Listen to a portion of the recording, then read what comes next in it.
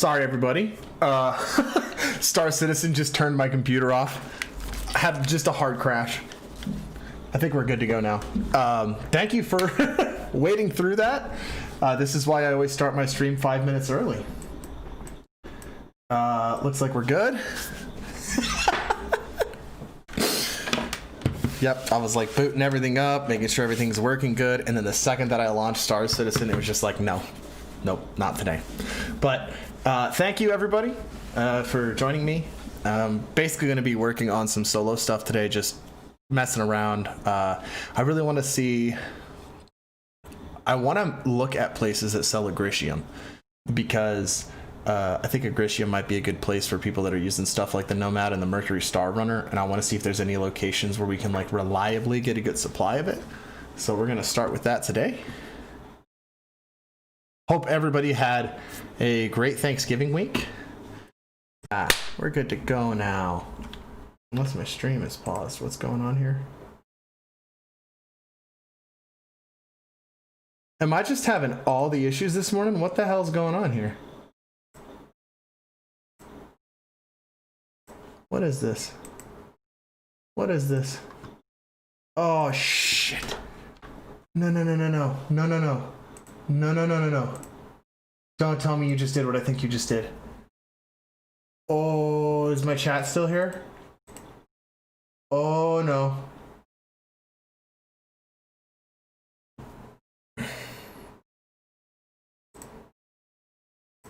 Am I still live? Oh god, I'm still live. Okay. Whew.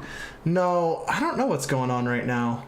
I think it's really pissed off about me still booting the computer up, because like I've got a lot of stuff that I think might still be turning on right now. Let me make sure my internet speed's good. Yeah, internet speed's fine. All right. And we're back, everybody. Let me get everything pulled back up again. Oh my god, this has been a mess. Maybe Comcast is being a bitch again today. I don't know. That ticket's still open, so they still haven't fixed my issue as I expected. I didn't think they'd be able to fix it over Thanksgiving weekend. We're just gonna go straight for the Nomad. I think I have like 200k, so we can probably get started with this. What was the place I was gonna go? I think it's mining area 141. We're gonna see if that has anything that's on Daymar. Oh, hey, how's it going, Auburn? Thanks for joining the stream. Hope you're having a lovely Sunday. I'm just kind of farting around in the Nomad. I want to see what I can make for money with just 24 SCU. I feel like maybe finding some good spots with Agritium might be a way to go for this. Man, I'm so cranked up on caffeine right now. Whew. I went in to go get my usual cup of coffee, and they didn't have any medium cups. They only had extra large and small, and I wasn't about to settle for a small. So I got the extra large today, and I am wired. Whew. Oh, it's kind of rough just sitting here right now, but I'll be fine in like 40 minutes once the crash starts. God, I'm shaking.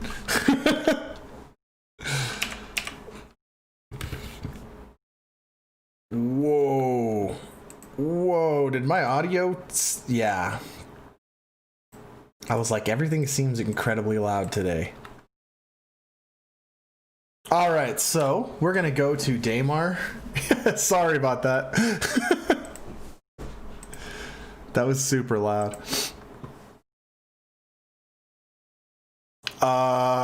Guess what? Let me think. Let me guess. You're having problems with Steam. Can't hear game audio? Oh, that's okay. Now you can hear game audio. That's because I had still muted the game. That was me being big dumb. You should actually be glad it was muted, because it was all cranked up really high, and it definitely would have blown your ears out when I got in the ship and powered it on.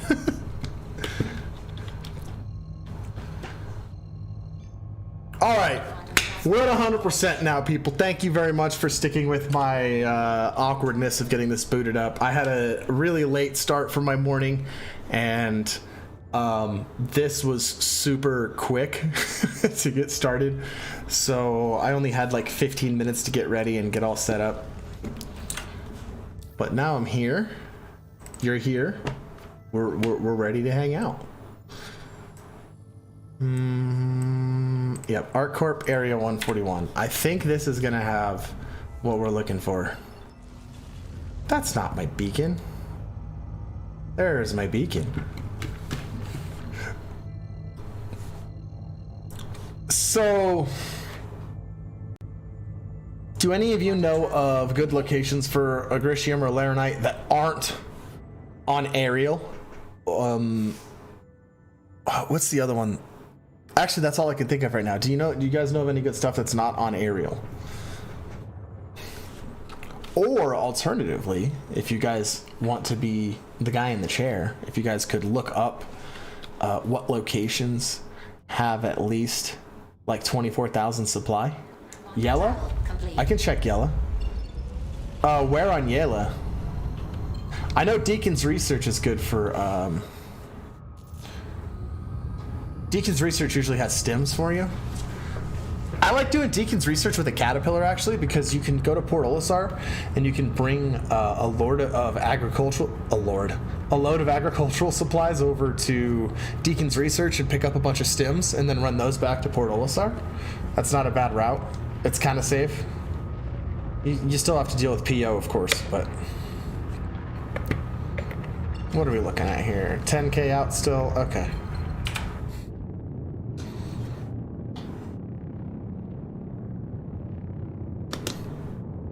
No, the data online isn't accurate at all. What I usually use it for is just to see what like max inventory is available somewhere, what supplies they have, because usually it's correct about... Oh, wow, my camera's way low today. It's usually correct about what the location has for materials, but I find that, yeah, the supply is usually inaccurate and the price is always wrong because price is heavily affected by... Bye! Goodbye, friend. Goodbye, other nomad. I wish you luck in your cargo run. I know that they aren't watching the stream, but still. Maybe I'll get good luck in mine. I'll leave space in case someone else shows up. Are we landed? Did it put my landing gear down? Yeah? Oh, I'm so not used to this whole like hovering thing where you like bounce. Oh, I hear somebody's here.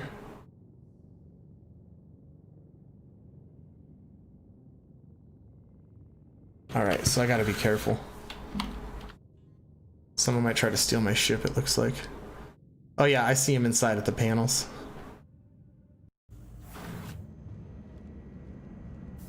I wonder if he realizes that his ship's not here. Oh, maybe he's just selling, yeah, I bet he's selling Hadnite. I know people do rock mining here on Daymar. It's an okay location for it, so. Alright, let's see what we got going in here. Oh, and also, like, if you guys ever want me to try anything out, or you have any questions about, like, what certain ships do, or like, what bugs are happening, and you want to have me test it out, just throw it up in the chat, too. I love doing that stuff. We'll see if we can fit it in after I get a couple of these cargo runs. This is totally the wrong building. I'm just so distracted by trying to talk.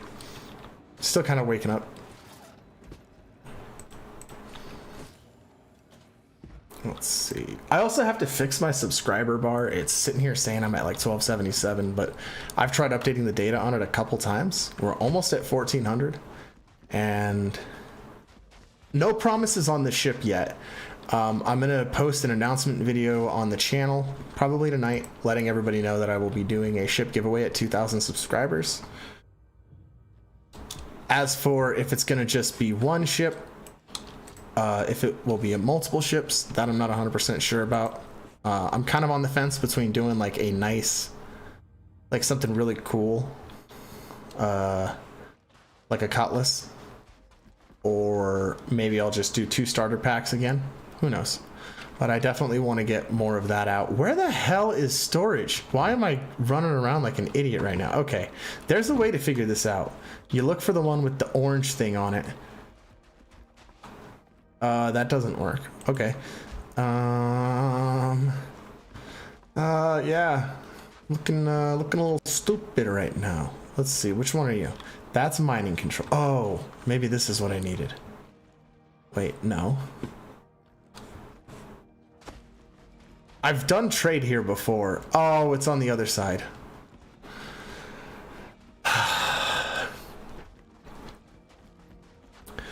I also am going to be doing some Sekiro gameplay over on Twitch later this week. That's going to be pretty fun. Get to see me and all of my facial reactions to getting repeatedly slaughtered in an extremely frustrating game.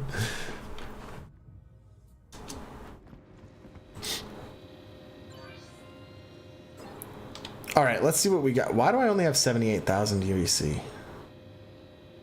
Something happened. That's not good. Okay, Agricium. Can I fill it? I can fill it. Okay, costs about 55k.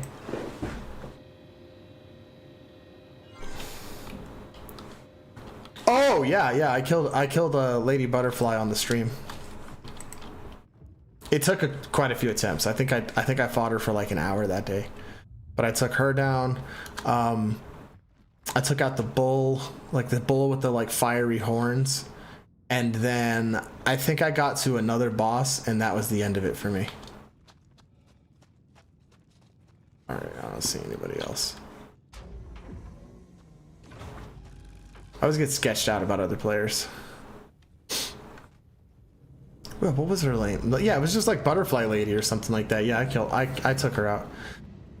That's up on Twitch.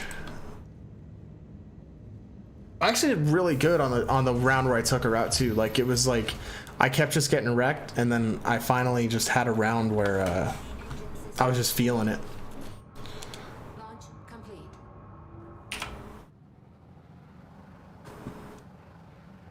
Yeah, I like this. I like this outside cargo bay thing. It's pretty cool.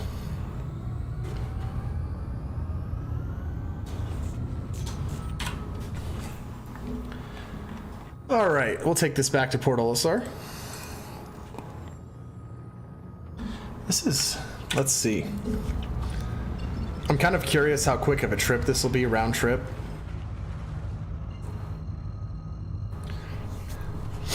I feel like, yeah, I've only been live for 13 minutes total, so maybe I've been flying for like 7 minutes. So if this is like 10-minute trip and it makes a decent amount of money, who knows? Lady Butterbitch. I would go mining, but I feel like everything will go wrong again.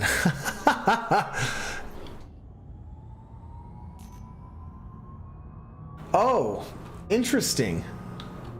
There is a weird bug happening right now with my stream's stats.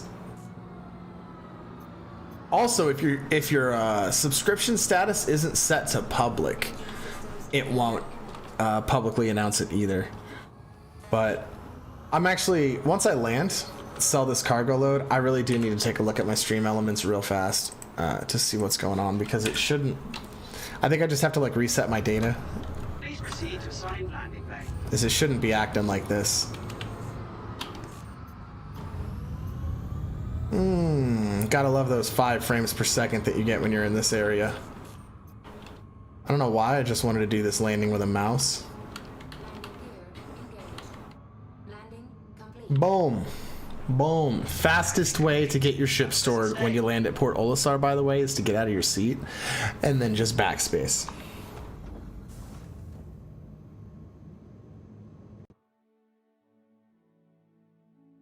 Whoa.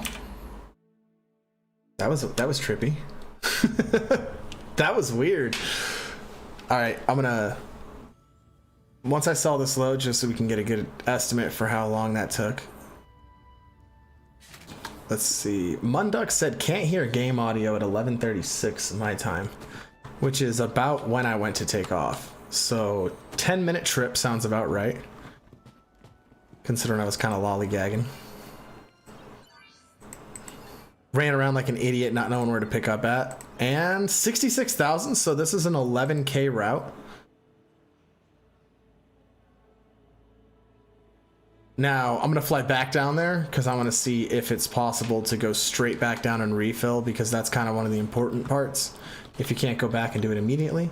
What's on the schedule today? Today we're looking at some solo money-making techniques right here at the very beginning.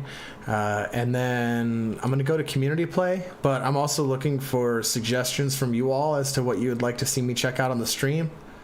So if there's any bugs you're aware of, any ships that you see that I have, that you have questions about, you know, I mean, anything really.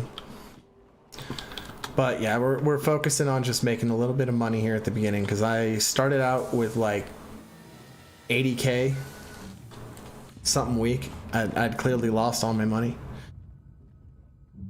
and I want to try it out with the Nomad. What did you find today, Munduck? Ducky boy?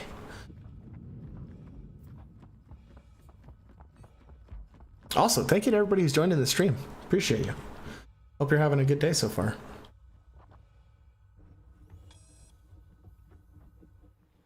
Three packs of death sticks?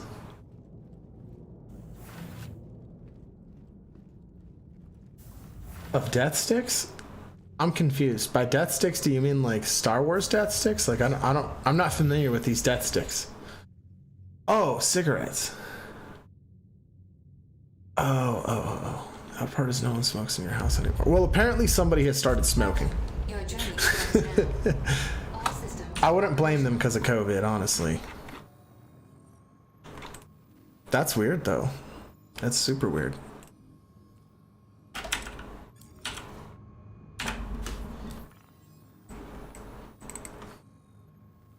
Thank you, and please visit again. They're just sick of all the...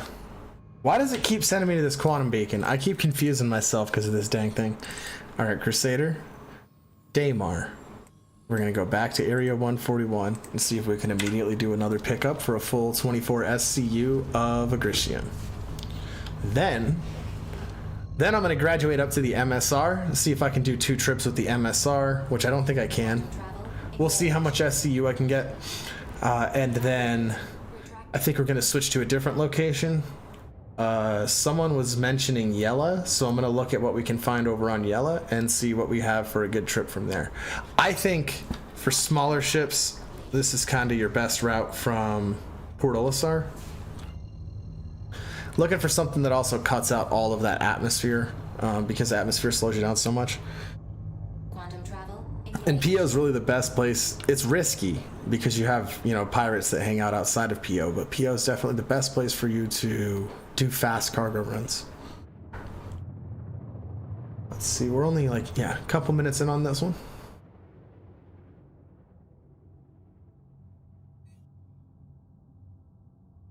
Also, if you guys want to help me out with a quick signal boost, if you haven't liked the stream already, and you do, please give it that thumbs up. That way people get it discovered in their suggested videos and stuff. Otherwise, it just kind of sits out in the void. Thank you.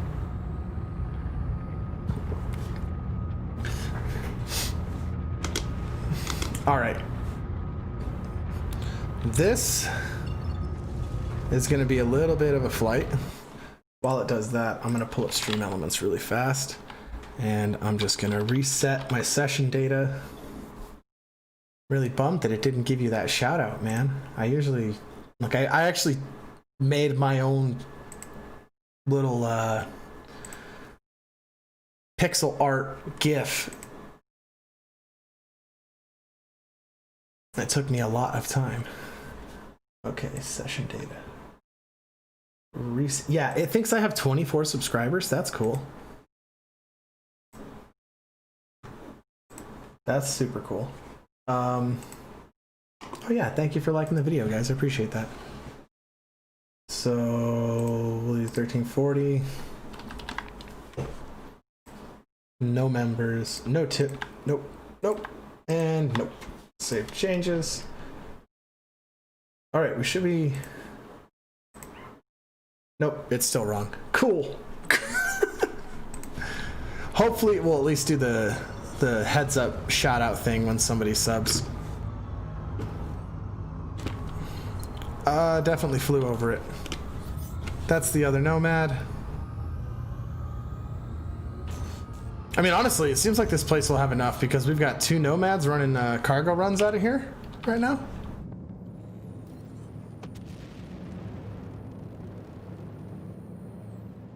This is a joystick landing.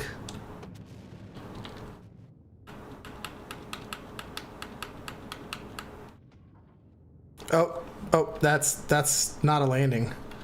Landings require landing gear.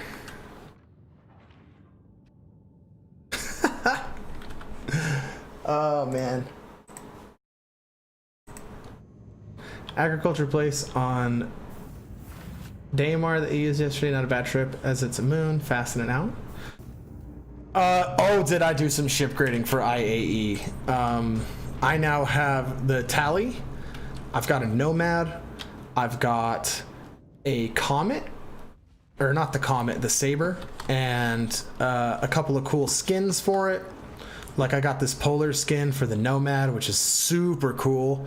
I think it actually makes it look cool. I didn't like the original flat gray, but with this nice like varied paint color, I think it really changes the appearance.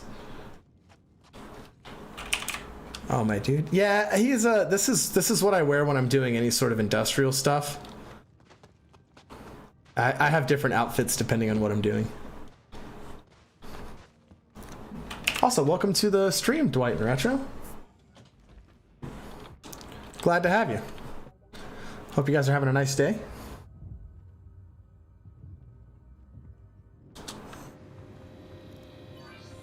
All right, so he just bought a load.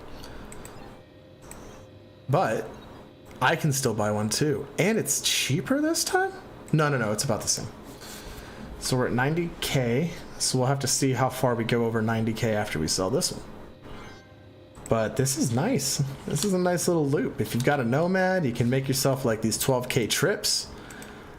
It's definitely faster than doing bounties.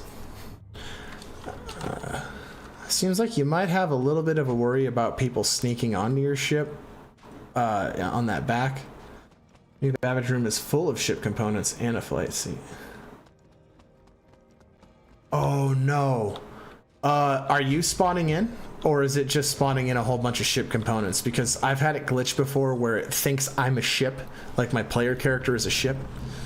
One way that you can actually fix that is load up your arena commander and go into it in single player mode and load up free flight and pick something that has a bed. So what you'll do is you'll log into your ship, you'll get out of your seat, lay down, and then exit to menu once you've laid down in your bed.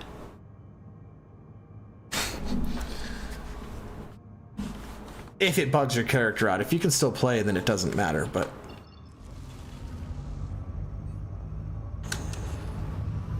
Oh, this is nice. Nice little straight shot to Port Olisar from here. Hell yeah. Looks like we're having a nice chill morning of cargo runs, everybody.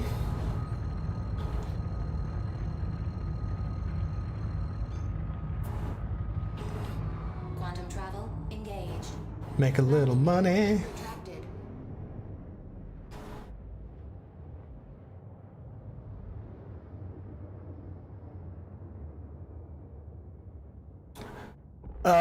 The problem with Bountiful Harvest's medical supplies, though, is I don't think Port Olisar buys medical supplies.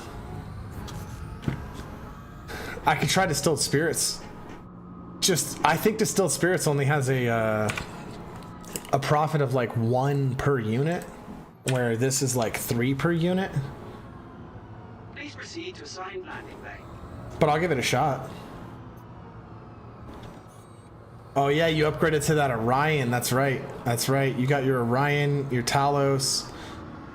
That's so cool. All right, landing gear is down.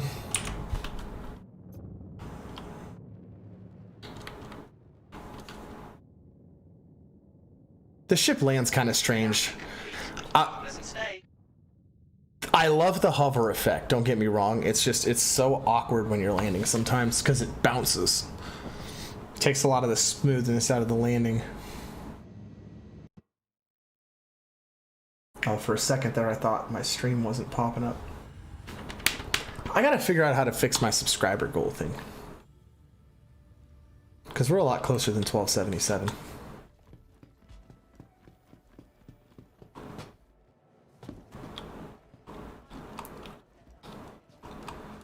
You know what? Hold on. I wonder if it's tied to my Twitch subscriber stuff.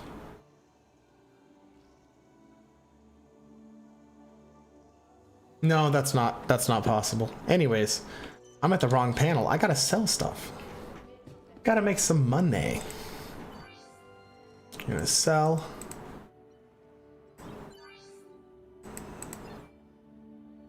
Medical supplies at Port Olisar, distilled spirits at Bountiful. Oh yeah, have you ever seen what happens when you try to buy medical supplies here at Port Olisar?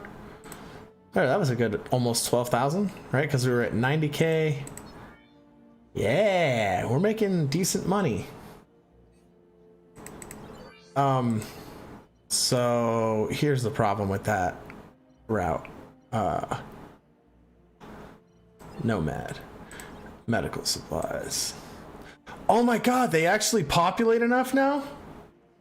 Before it was sitting at like 5 SCU. Now you can actually buy it.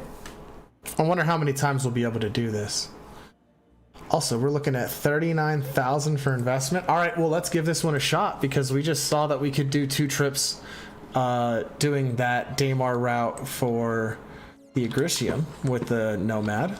So let's do another trip to do the let's see what the full route is, because I bet that'll be a little bit more than our 12k profit we just made. So we'll spawn the Nomad. Special swag today at the IAE in-game only? Well, guess what I'm gonna have to go check out with all this money we're making right now. Then I'll come back and we'll see if the Mercury Star Runner can make money doing these same routes. Because if this makes more than 12k per lap, this will probably be more profitable than doing the single trip to get the Agritium, just because we're gonna have 2 ways that we can make the money. And I really wonder if Port Olisar is going to resupply the medical supplies in the time that it takes for me to come back. Because once people start buying medical supplies at Port Olisar, it always seems like they run out really fast and they stay sold out.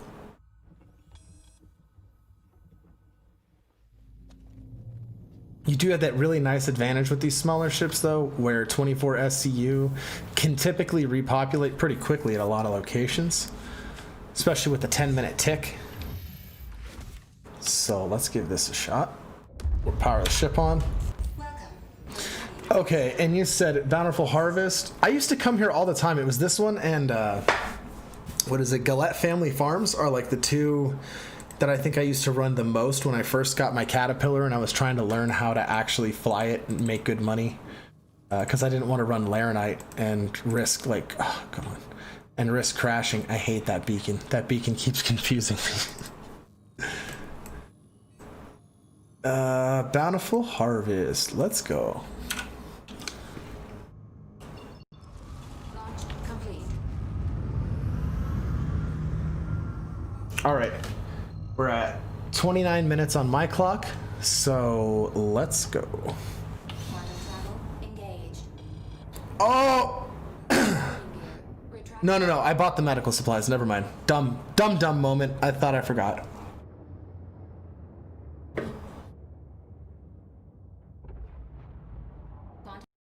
Dwight, do you know if they mentioned what the special swag that you can purchase at the event is?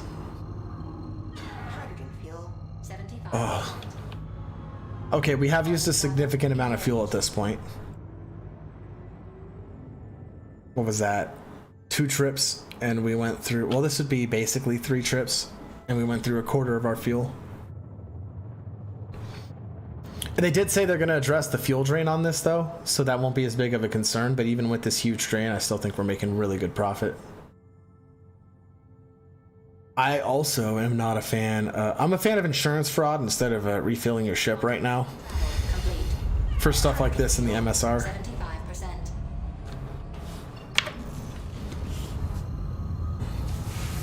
No, but the website says there's special swag in game only, so I'm looking for them. Okay. I will be doing that shortly.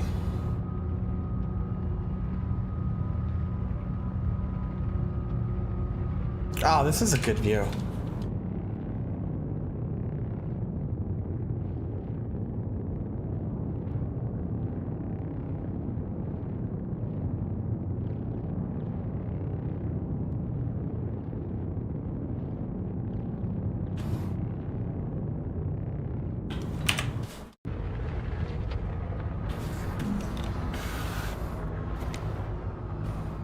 I haven't seen the new Best in Show skin.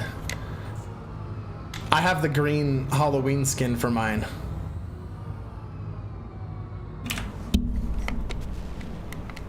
Oh. I thought my camera was still on free rotate. Alright. Oops. Booped the microphone. Nice thing about this ship is you can park right here at the front door.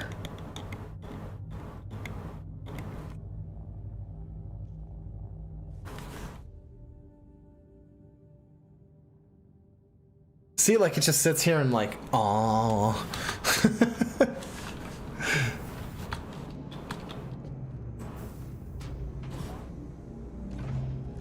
I should probably switch to my armor that has a gun if I'm going to be doing this route because this route is actually dangerous since there's no armistice here. Unlike the route to area 141. Let's see if they will buy our 24 SCU of medical supplies. Okay. This is just a bug.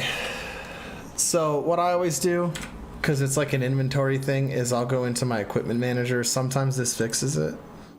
And I will unequip my armor and then re-equip a different armor set. For those of you that didn't know, by the way, if you go into your undersuit and unequip it and then equip the other one, it will keep your set saved to that undersuit.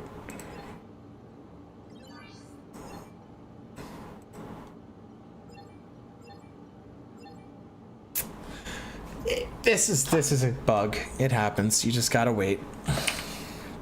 In the meantime, I'm gonna walk all dramatically. Armor sets here, maybe that's it.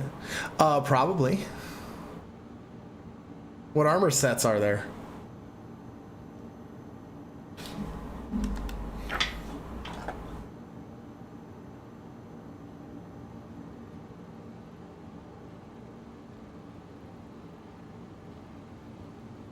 Come on, come on.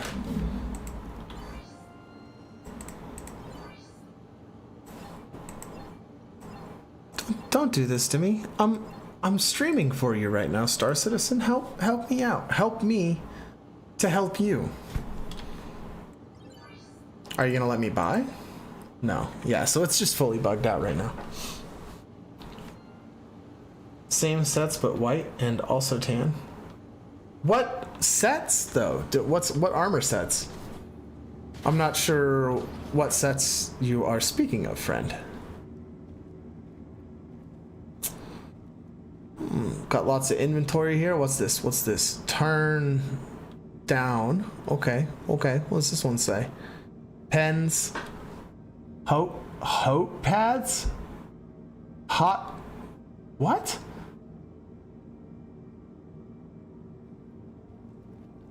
What does that say?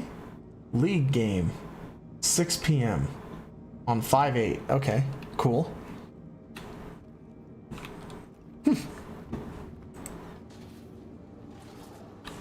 Feeling pretty big griefing miners, huh? Uh-oh. Someone's getting griefed.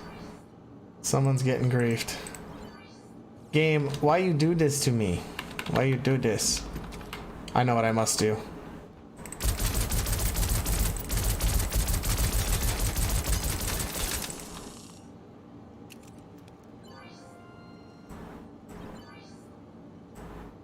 Uh-oh. Uh-oh. Uh-oh. Okay, we're about to have drama in the chat. Oh, I got nothing to do, so... Oh, here we go. Now it knows I have cargo. It's like halfway there. Why does it think my medical supplies are illegal? Whoa. Hey, that's not okay.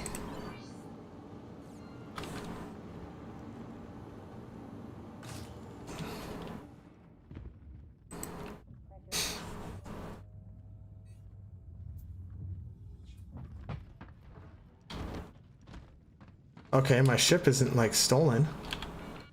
What's the matter with this, huh? What do you think it means? Killing for no purpose or opportunity of gain is griefing. In this gaming... Oh man, someone doesn't know what griefing means. Alright, here we go, here we go. Did I make money?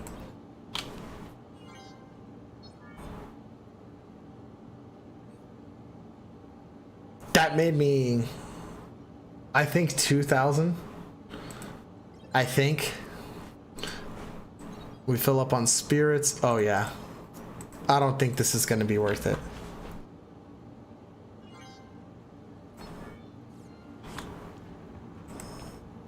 In a mining ship, these guys consider. Ooh. Ooh. Ooh. It's getting spicy.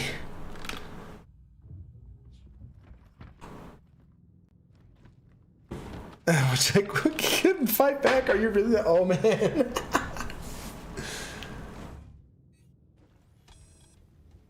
Okay, so I think I maybe made 3,000 because when I left I had 1,000 or 102,000, and now I have like 104-ish. I'm sure you could just pop back in the stream, yeah. You can fight back or move on.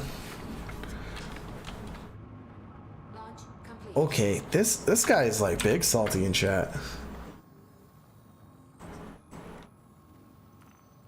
I mean, to be completely honest, it's not griefing if someone just kills you. I'm sorry, dude. Griefing is, by definition, like disruptive gameplay, not just legitimate PvP.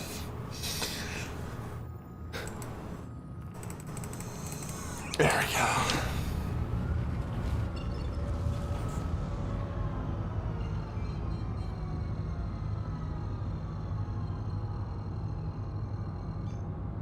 Oh my god. Quantum travel engaged. Oh, the rage. Quantum travel complete. Landing gear.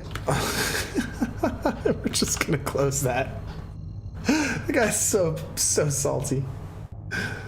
Quantum travel. People get engaged. big salty about that.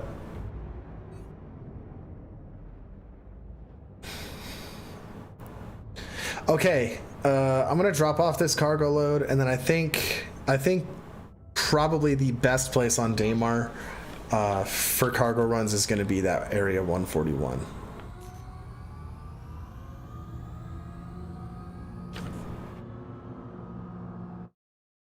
I'm just gonna turn off my YouTube overlay since it's not working.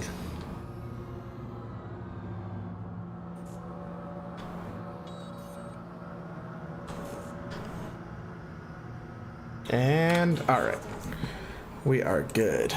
Portal SR. Pachow.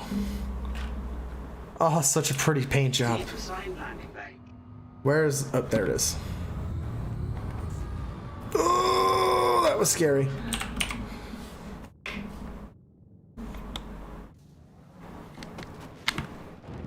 Whoa, whoa, okay. We're back in business.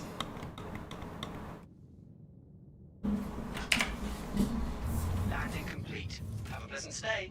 3248. Oof. Over 3,000, so okay. But in order for it to beat that other run, we need to make 10,000 off of what I'm about to sell right now, which is not going to happen. I think we'll be lucky to make 1,000 off of this because I paid 10,000 for it. And I bet maybe we'll see 11K. We'll find out. And boom. Gotta shoot the loop. Sell.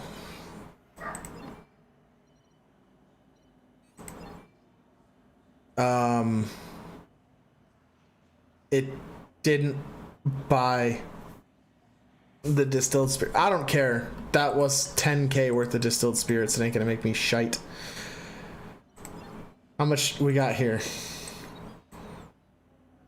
Okay, so yeah, it does look like it still refills extremely slowly. So medical supplies here is just a bust. Which means we're not going to be able to run any cargo from here.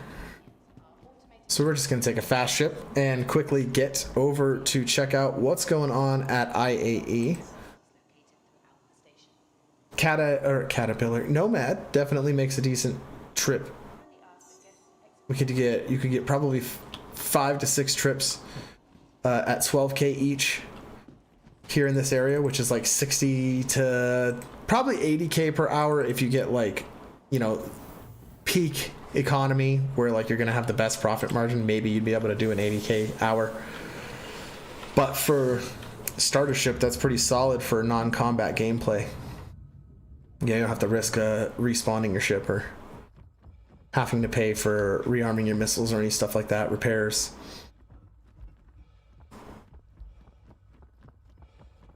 We're just gonna get over to the IAE though, and I need to turn some music on. I didn't realize the game music was just gonna cut out on me like this and leave me all alone.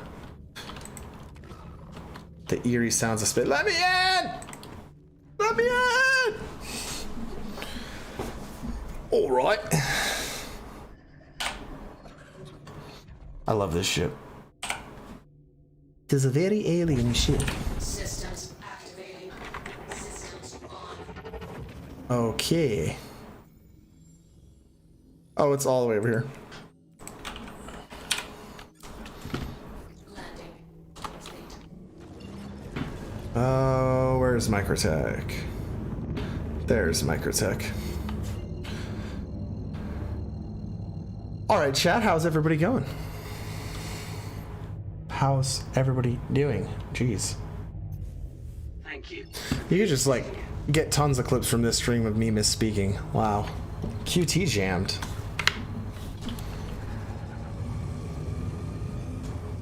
Quantum travel engaged. I'm doing pretty good. Doing pretty good. I get to hang out. I get to play some Star Citizen.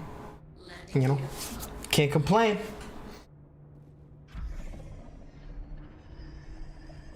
Oh, hey, King Allo. Welcome to the stream.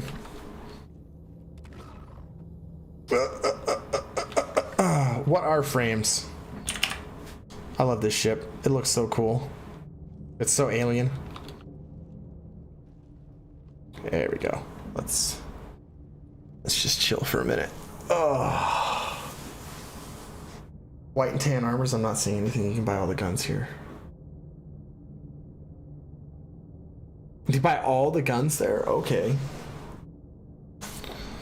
Well, I've got most of the stuff that I need for ship components. Let's see. I was pimping some stuff out the other night.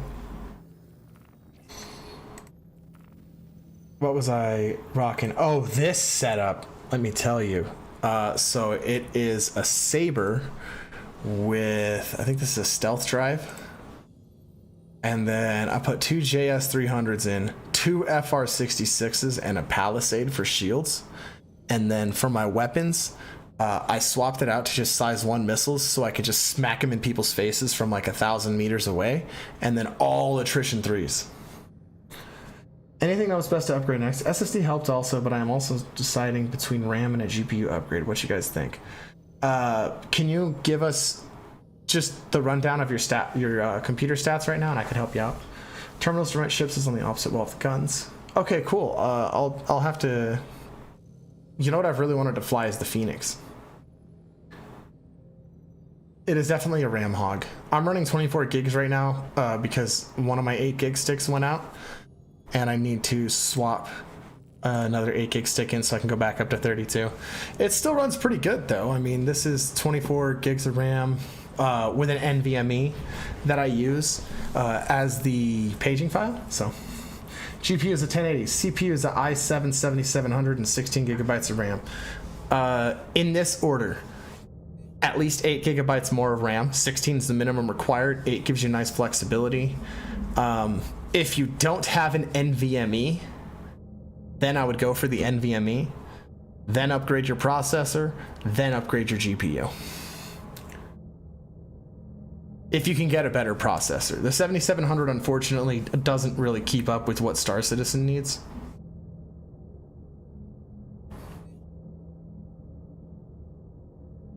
$1080s do fine. It's mostly going to be CPU, RAM, and read-write speed, depending on how good your SSD is, of course. But I do recommend NVMe if you have the capability on your motherboard. If you don't have the capability for NVMe, then you'll want to go. Okay, perfect. I don't have to rant anymore. Yeah, your system's still pretty good. Like, you're like at the minimum of what I would recommend you have to play this game. It's the ultra happy smiley. It's the YouTube smile. It really embraces the grin.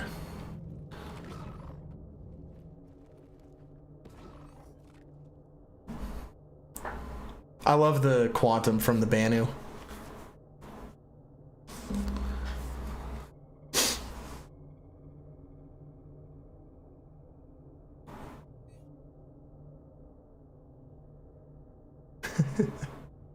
You guys have some awesome avatars.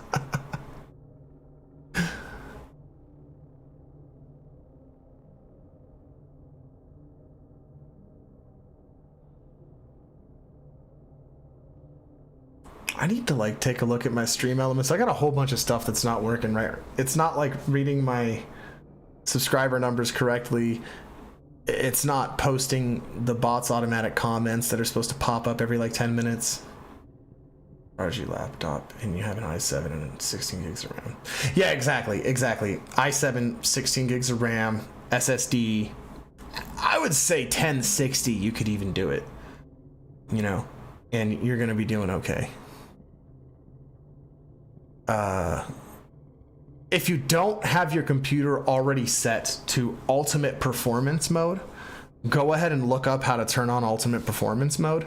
That's going to be a huge difference as well. What it does is it stops Windows from limiting the amount of electricity that gets sent to your components, and it allows your computer's hardware to actually decide how much electricity it needs by itself. This will be an issue if you don't have a really strong power supply. But if you have like, I have an 800 watt power supply in my system, so I have ultimate performance on because I have plenty of power. I don't have to worry about overdrawing my power supply. Get like a really comfortable 50-60 FPS outside of cities and on most moons, but especially cities, and the sudden lag spikes are really bad. The thing that you're experiencing in cities is because it's trying to populate. I think they talked about this with the lighting pass that they were discussing a week or two ago, but the reason you experience that issue is largely due to the amount of lights that they have populating in cities, which is creating a huge amount of usage that they are already done addressing with the next patch that's going to be coming out in 3.12. So we should see a significant performance increase because of that, since the CPU is basically handling a lot of our particles right now, as they don't have like Vulkan and stuff properly enabled, and everything is basically running through your CPU. So if they can get less particle and lighting effects being rendered by your CPU, or at least having it done more efficiently, you're going to notice a big increase in performance. Last PC was a 1060, which is great. Yeah, exactly. 1060s are fine. Went from 16 RAM to 32 gigs, and it made a difference. Also went from M.2 to NVMe M.2, and it helped as well. Yeah, when I switched to NVMe was probably the most notable difference that I felt, aside from when I upgraded to a Ryzen processor. NVMe is like huge if you can support it on your motherboard and you don't already have an NVMe. Get yourself an NVMe and just put Star Citizen and Call of Duty and all that stuff on it. You won't regret it. Not one bit. Well, I guess now that we're all the way out here, after I get stranded here at New Babbage,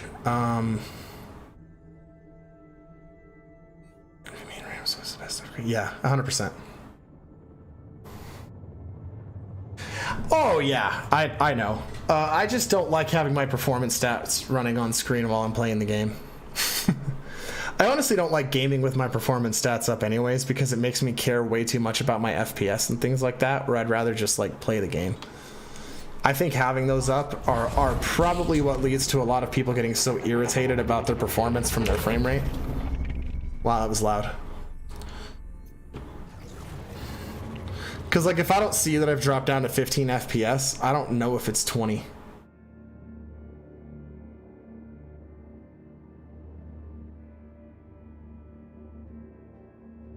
Oh, that's kind of helpful, but it's not going to save me from a 30k anyways. I usually notice when I have a 30k because the things I'm doing stop responding completely. But that's a good tip, definitely. Definitely. Any way that you can like spot a 30k coming. Ah, the new Babbage music. Babbage. New Babbage. Alright, let's lag everybody. Are you guys ready for the 15 FPS slideshow that is about to be Lorville's Expo? Lorville. Did I say Lorville? Wow. Alright, time to trap myself in New Babbage Hell. I love how fast the defender can come into the atmosphere.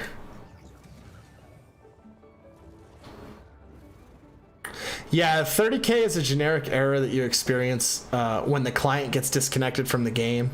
A lot of the time they're caused by the game server crashing, but you can also get a 30k. Like the other day I got a 30k when I kicked my internet cable and it came out. So, you know, everyone always tries to blame it on the server, but when you see those people that are complaining about like, oh, I get like 630ks a day. Yeah, that's because their internet sucks. Or they play way too much Star Citizen. Like I'll get a 30k or 3 in a day, and I play a lot of Star Citizen. But like, unless servers are having a really, really bad day, you're probably not gonna have that many 30ks. Like I expect maybe I'll get 1 or 2 this stream.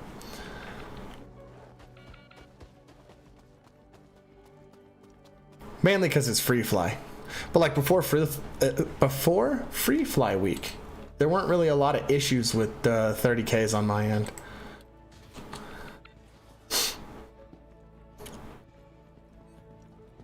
All right, and at least I know if I get trapped here, my Banu defender is parked right outside.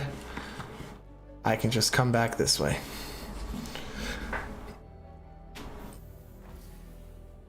Oh.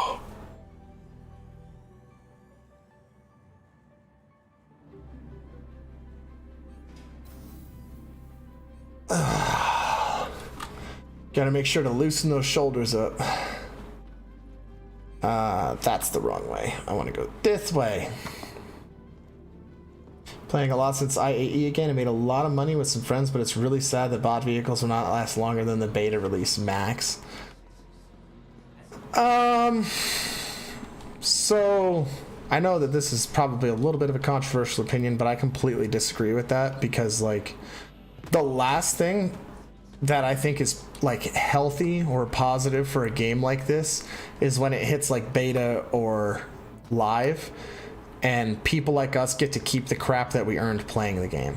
I think that the only thing that we should have when we hit what the game is supposed to be, we should only have what we purchased with cash. I think everybody should start out in probably not even an undersuit. Like I want us to start out just like you pick your starting city.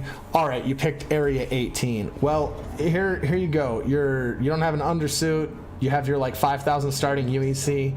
You get to pick what you want to buy with that. And if you have like a starter ship or an Aurora MR, maybe you're going to be better off like doing some FPS missions on the planet side for a little while and then leaving. Like I don't want it to always be about just like, oh yeah, I gotta have this ship and then this motorcycle and blah blah blah blah blah. Like I want it to kind of feel more like a game and have the thank you to all of us who were here at the beginning being able to keep our ships that we purchased with cash. Because I have like 7 Cyclones already. Like, I don't want all this crap when we go over to live. Plus, it's all supposed to be like super segregated out. I actually haven't been here yet. Okay. I'm gonna stop ranting about that, and I want to look at some of this stuff. Is this just clothing? Ooh. Well, I mean, I do have a mole. I gotta at least get my mole mining hat, right?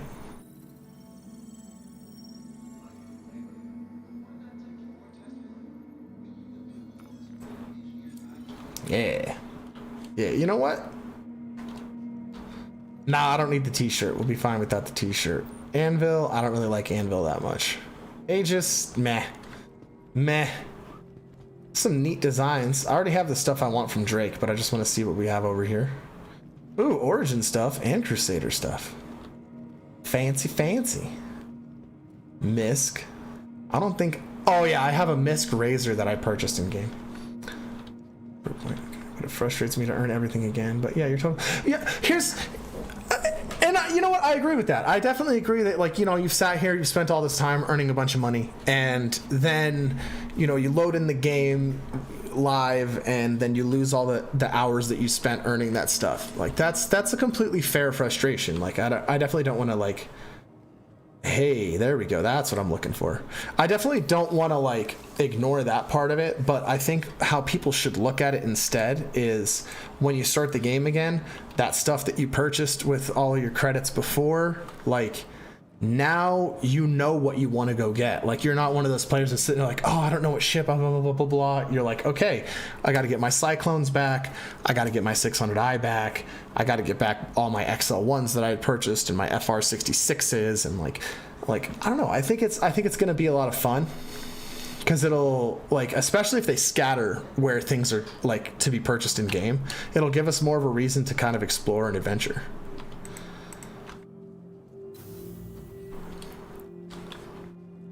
All right, let's see. RSI Hall or Showcase Hall? Well, let's go to the Showcase Hall.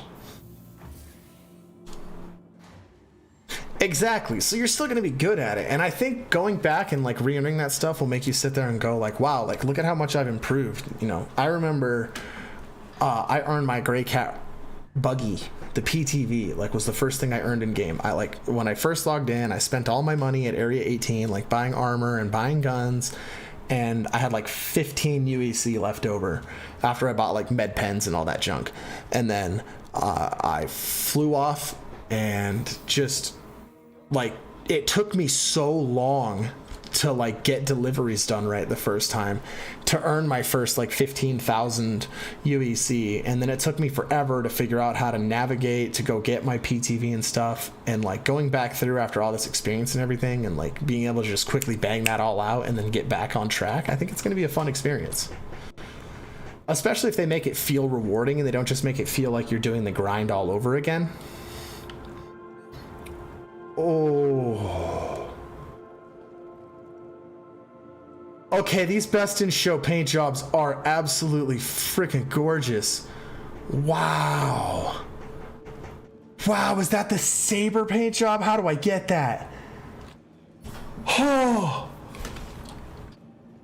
Dude, what? No, that's an Eclipse? Oh, it looks so good. Oh, 10 frames per second, but the sexiest 10 frames per second ever. Oh my god. And then we got the Valkyrie. Ooh. Ooh. Ooh, the yellow cockpit. That is chef's kiss, you know what I mean? Forgot that you gotta watch out for accidentally dog whistling when you throw up the OK symbol. Does it change the interior? No, the interior is still the same. Okay. Well, that's still, like, super cool. Oh, wow. Hold on. My heat just kicked on. It's super noisy. I literally don't need my heat right now. Oh, you're here at the expo? Nice. Nice. Okay.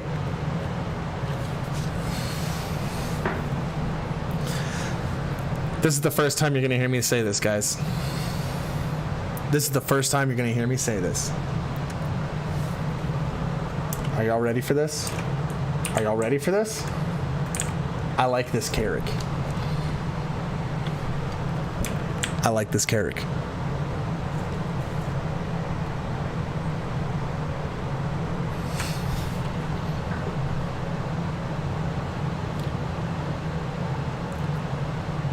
This is super damn cool.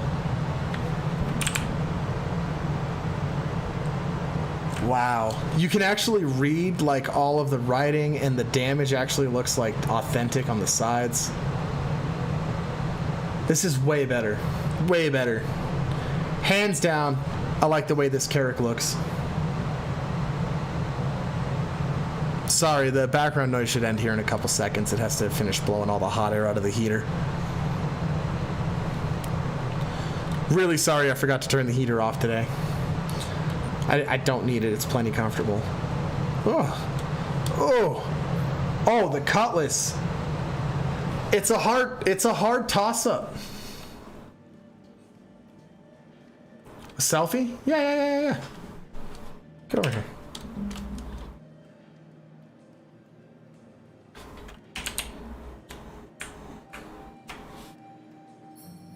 Come hop in frame. There you go. There you go.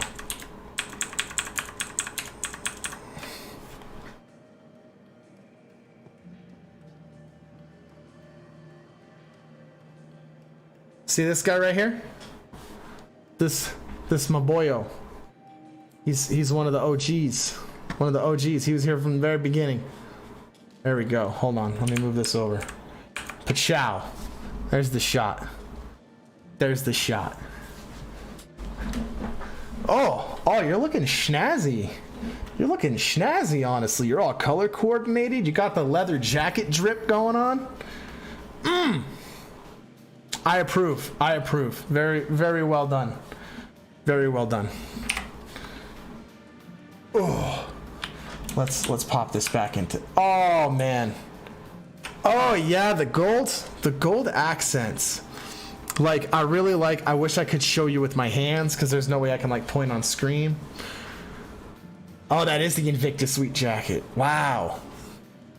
That's a very nice cosmetic setup you've got going on, man. But this is crazy. Like, look at the... Ooh. Yo, whoever did the art pass on this ship, good job. Good job. There we go. That's the shot. I think I can step a little more.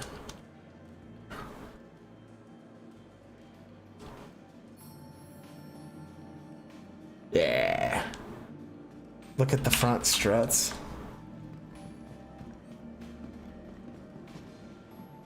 Oh, they look normal. Oh! That tractor beam. Dude, this whole ship just looks way too good. They nailed it. Can I buy this in game? Where is all this stuff? Armaments. Whoa. Hey now. Hey now. What is this? What is this thing? Is that a Galdarine? That's a mammoth. Okay. Okay. That must be the Galdarine then. Or a rhino? What are you? That's the Galdarine. Okay. Rhino's smaller than Galdarine? Yep. Okay. Hey, and then it goes Panther, Badger, Bobcat? Bulldog, Bobcat.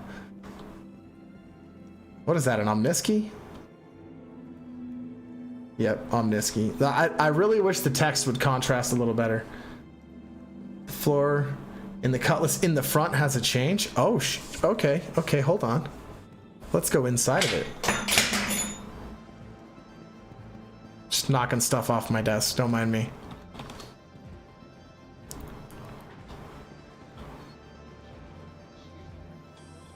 Oh, even the interior has changes, actually. It's got a little bit of gold going on the inside. Ooh. Ooh, it's so shiny. It's so shiny. Wow. Maybe that's just the lighting from inside the IAE. Hey, what's up, Catwave? How you doing today? Welcome to the stream. Glad you could join us today. Armor and guns are downstairs. Okay. Holy crap. You know, I kind of get a kick out of checking out all these like coolers and stuff. I don't know why. I just love it. It's neat. These are kind of boring because they're just big boxes, but is this a jump drive? Balandin. What is this? Agni. Balandin. Balandin! What's inside counts. You did all the research. You did test flight after test flight, and you found the ship that's just right for you. Now it's time to take things to the next level. By customizing your ship components, you can make a great ship even better. The items on display at this year's IAE Component Showcase will help you to find the perfect balance between defense, offense, and function.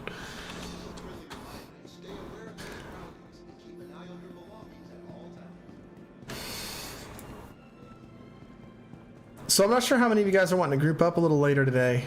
I plan on doing some serious mucking about in the verse, especially after stream has ended.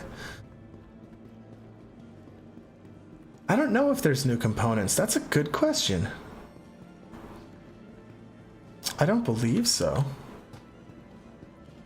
Let's go downstairs, see what's down here, and then I want to move over to the RSI showcase room and see what that see what they got going on in there. Any ships any of you guys want me to check out on stream?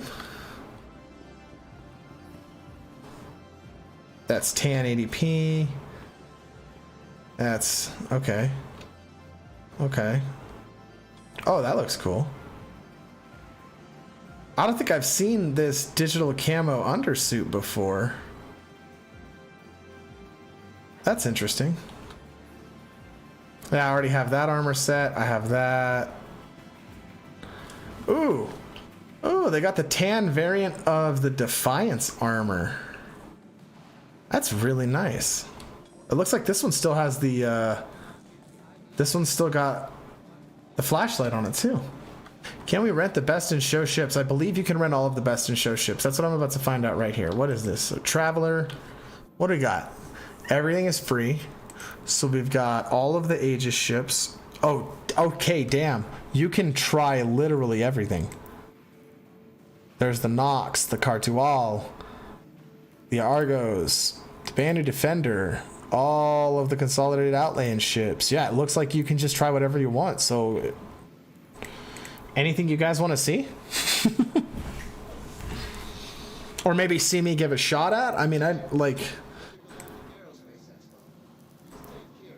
kind of want to test some of these out in combat just to see how they do. The Arrow is a good ship. I wish it just didn't have one shield. One shield makes it feel like way too weak.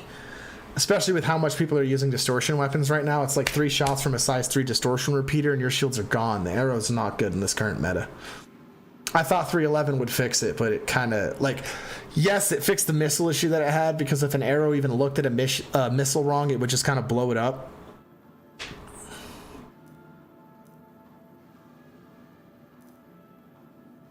Got the Super Hornet, the Hurricane. Yo, the Hurricane.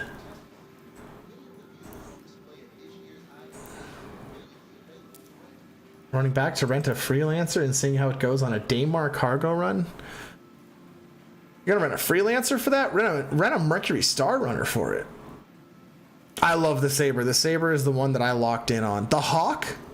The Hawk is a really good honorable mention for a good combat ship. My issue with the Hawk is, again, it's super fragile, but like having 4 size 2s and 2 size 1s is really good, because I was running it with 4 Panthers and 2 distortions on the size 1s, and just running everything like it was fixed. You just like lock your gimbaled weapons to be fixed, and oh my god, that thing was doing so good. It was doing so good.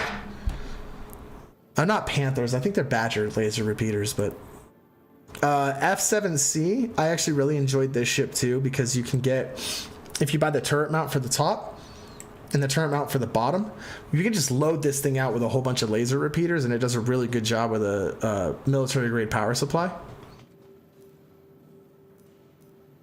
C8X Pisces, the only thing that this ship is good for is dropping people off places, I would say. It's pretty. Like, it looks neat. Anvil Terrapin, completely useless right now, but supposedly will be really nice when we have the ability to like drop landmines, or you need to do deep space scanning.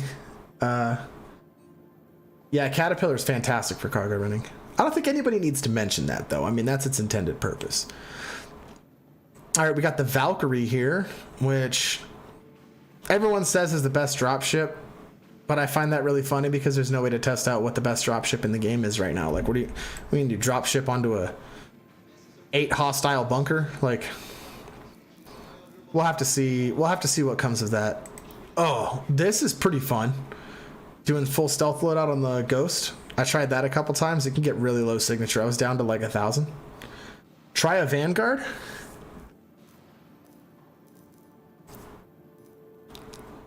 Okay, I'll try the Vanguard out. Hell yeah. What was the ship we were using to hunt CS people? Oh, me and you were flying around in the Aegis Gladiator. Anvil Gladiator? I got it for an Aegis ship. Sorry, that's why I keep getting it confused. I really like this ship. A lot of people talk smack on it because it only has 4 size 3 weapons, but I think it does really good. And I double checked, by the way. Everybody who keeps arguing with me on this, look up what Stalker 5 torpedoes say on them. Size 5 is a torpedo. End of discussion. End of discussion. Tracker, the ship sucks. Don't buy it. Hornet Wildfire is just a Hornet. Don't buy it.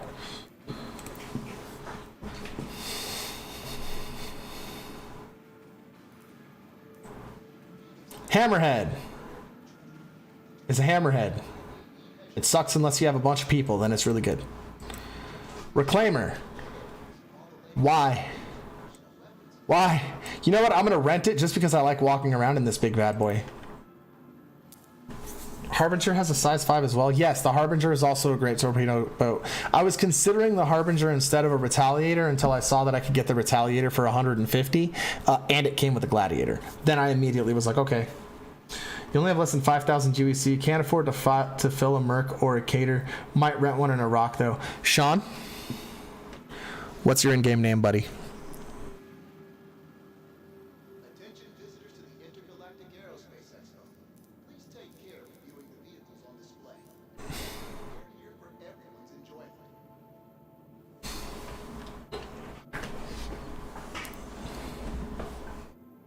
Give me that in game. Alternatively, because maybe you don't want to like. Okay, hold on. Nemarath.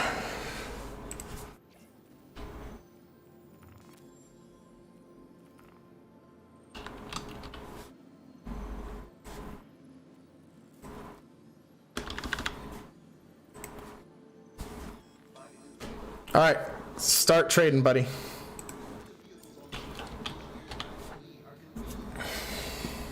Anyways, back on to going through all these different ships. Let's see. Reclaimer, yeah, it's cool to walk around in. Avenger Stalker sucks. Get the other Avengers. I don't know why you would want the Stalker. It has 9 prison units in the back that do nothing for you and stop you from walking through the ship.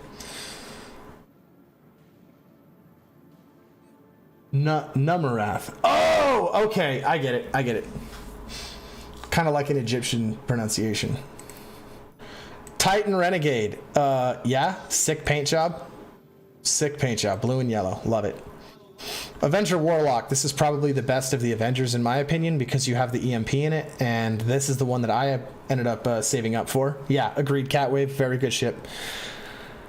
Eclipse. Don't spend cash on this ship. This is the worst the worst ship that you could spend $300 on. Absolutely. All it gives you is stealth torpedoes. You can buy a Retaliator and a Prospector for what you pay for the Aegis Eclipse. Don't buy this ship. If you already own this ship and it's currently in your hangar right now, melt this thing and buy other crap with it. You can earn this in game for 2 million UEC. There is no reason you should ever buy this. Otherwise, if you own this in game and you love combat, this thing's fantastic. It just really sucks in dogfighting. Okay, if you buy the Best in Show Eclipse, you're excused. That ship is so sexy looking. Perfectly fine.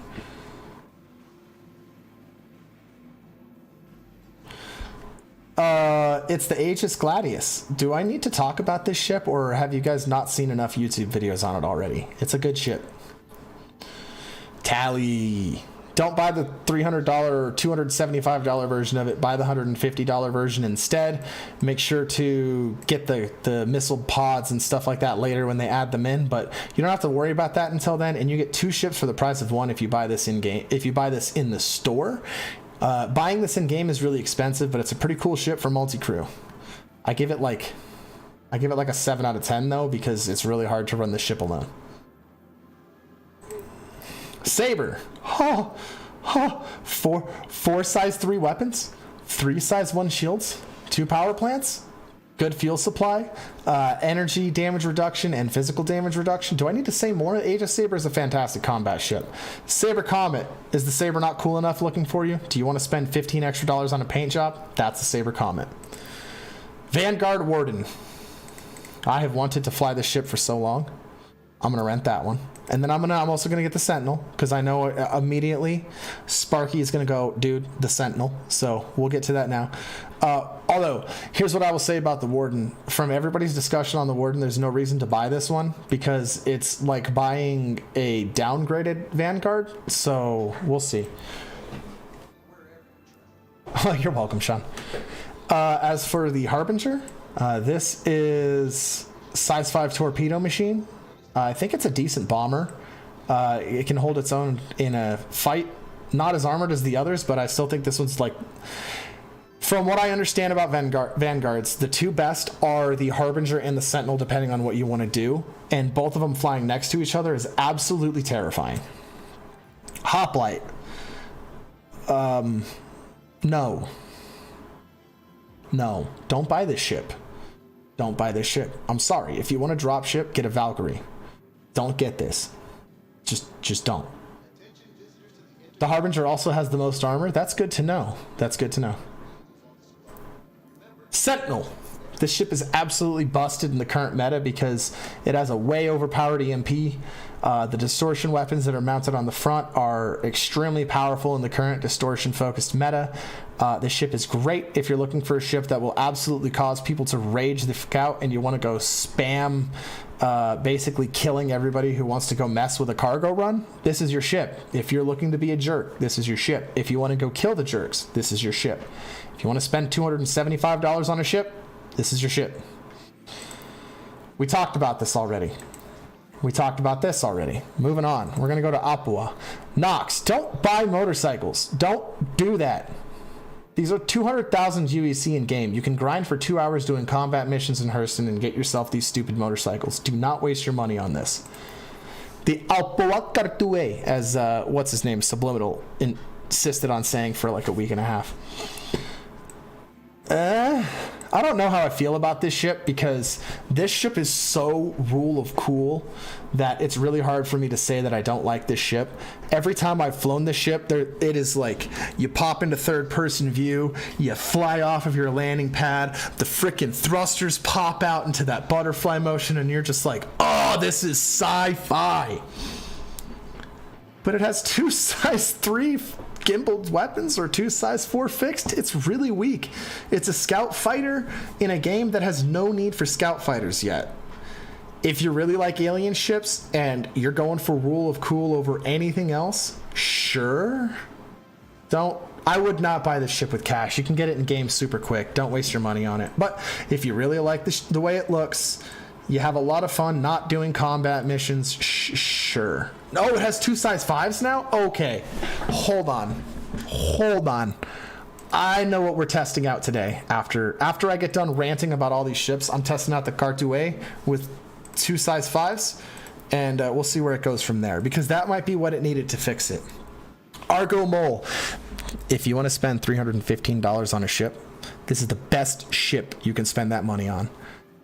Why? Mole mining with 3 friends is the most fun I've had in this game, to be completely honest. Sure, it's not super interactive in terms of like there's not combat and everything, but it's a nice clear focused gameplay loop. It works nicely. Everybody has fun making money. If you're hanging out with people that you really like, you're all just going to kind of, shoot the shit and hang out in the ship, make good money. The Mole is probably the best purchase you can make in this game, hands down. If you have the money, you want to do it, or if you have the credits and you're on the edge of getting an Argo Mole, just get yourself a Mole. Just do it. Stop pussyfooting around. MPUVs, don't spend any cash on this. This is like $50. These things suck. They're going to be great when you can finally like drop this little pod off and like do cargo runs and stuff with it, or like do drop ship activities. I would even say the MPUV personnel combined with a ship that is able to carry people like a Valkyrie is probably better than, or not the Valkyrie. Sorry, I meant to say the Carrack. This is probably going to be a better drop ship than the hoplite. But these are like 200,000 UEC in game, just like motorcycles and stuff. Don't freaking buy these with money. These are great though. If you're gonna get LTI, these things are a great way to get your like 10-month insurance token or LTI token and then upgrade to a bigger ship. So like for instance, my Nomad has LTI because I upgraded a Dragonfly Black that I had gotten with LTI into the Nomad. Oh, the Banu Defender. I have a little bit of a love-hate with this ship right now. I absolutely love the Banu Defender because for one, it's Banu. Banu is my favorite ship manufacturer in the game, especially lore-wise. Like I just love the Banu as a race. They're freaking cool. Sorry. It's extremely fast, entering and exiting atmosphere. It has a huge quantum fuel tank, so you can put the fastest quantum drive that you want in this thing, zip around all day because it's made for long range. It's got 4 size 3 weapons hard points. It comes with special singe weapons that are supposed to be like railguns, but they're really broken right now, so they made them into just blue lasers. Fantastic ship. Why I hate it, if I lose one of those crab arms, it can't fly for crap. If I lose both of the crab arms, it can't fly at all, and the crab arms feel like they're way too fragile right now. So overall, I think the ship is good if you have like a BMM. I honestly wouldn't suggest the like $200 and something price tag for a Banu Defender. Pass this ship up unless you're getting a Banu Merchantman, in which case, yeah, cool. You have a cool loaner ship that immerses you in the theme. Not really that good. I wish I could say more good things about it. Mustang Alpha. If you only want to do combat, you don't care about doing deliveries, and it's like a really small cargo hold, like, sure. This is actually a really strong way to start the game out if you're focusing on combat and you only want to spend your $45 price tag. Mustang Beta, don't waste any UEC or money on this ship. This ship sucks. Mustang Delta, a better Mustang Alpha with better combat focus. It's an okay ship, but it's a Mustang. I don't think it's worth, like if you're going to spend cash money to upgrade, it's not worth it at all. Delta might be okay to get if you really like the Mustang. The Mustangs do fly nicely. It's got a pretty solid amount of armor on the Delta. Gamma is a racing ship, which I don't think it really serves a purpose in the game at all, and this doesn't feel like a good racing ship when I've flown it. It flies just like the other Mustangs. Absolutely do not get the Mustang Gamma. Nomad, best starter ship in the game. I don't want to start ranting right now, but I think just from earlier where I made like 25,000 in like 20 minutes, I think it shows pretty well that the Nomad is a decent ship for you to start out with. It's got size 3. It has 3 shields on it. Or I'm sorry, it has 3 size 3 weapons. It has 3 shields on it, and it has 24 units of cargo space. Plus, you can use the interior to sleep. It can do box missions. It can do everything. It's $80, and it's the best starter ship you can get. If you're only going to buy one ship in this game, I would recommend it being the Nomad. There's still issues with the vehicles being able to park in the cargo hold at this time, but I think that's going to be fixed relatively soon. Once that is fixed, this thing's going to be able to carry your Rock around for you. It's going to be able to carry your Cyclone. It's going to be able to carry multiple motorcycles. So yes, at like an $80 price tag, the Nomad is fantastic. Mercury Star Runner is the best ship in the constellation size. Change my mind. Yeah, don't listen to leaks. Don't listen. You gotta manage your expectations. I was expecting a starter or something along the lines. I'm actually really glad that we got it, as much as it disappointed people that it's not a refinery ship, because the Nomad fills a role that really needed to be filled, which was the gap between starter and cargo. Andromeda has 52 missiles. So you fire 4 of those missiles at the same time. The problem with the MSR is fuel, but they've already acknowledged that they're going to adjust that and that it's not functioning the way it's supposed to. So we're going to completely ignore that point because it's not intended to be part of the way the ship's functioning right now. The Andromeda has 52 missiles. A Freelancer miss is better than the Andromeda, and it's cheaper. It also has 52 missiles. You cannot fire 8 at a time. You are currently limited by the game to firing 4 missiles of any one type at a time. If they fix that, sure, it's going to have better missiles. But again, you have to be staying in front of an Andromeda for long enough for it to get a target lock on you, and the MSR flies circles around it. Yeah. Trust me, I was flying the Andromeda for a while. Like, dude, I love this thing. This is a fantastic ship. I had it with the MSR. And then after I flew the MSR for a little while, I was like, I'm never going to get into my Andromeda again.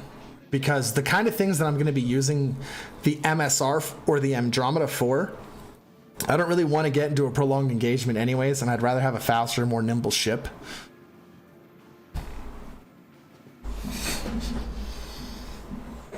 The Taurus has cargo? Oh, the Taurus. Yeah, you know what? That's fair.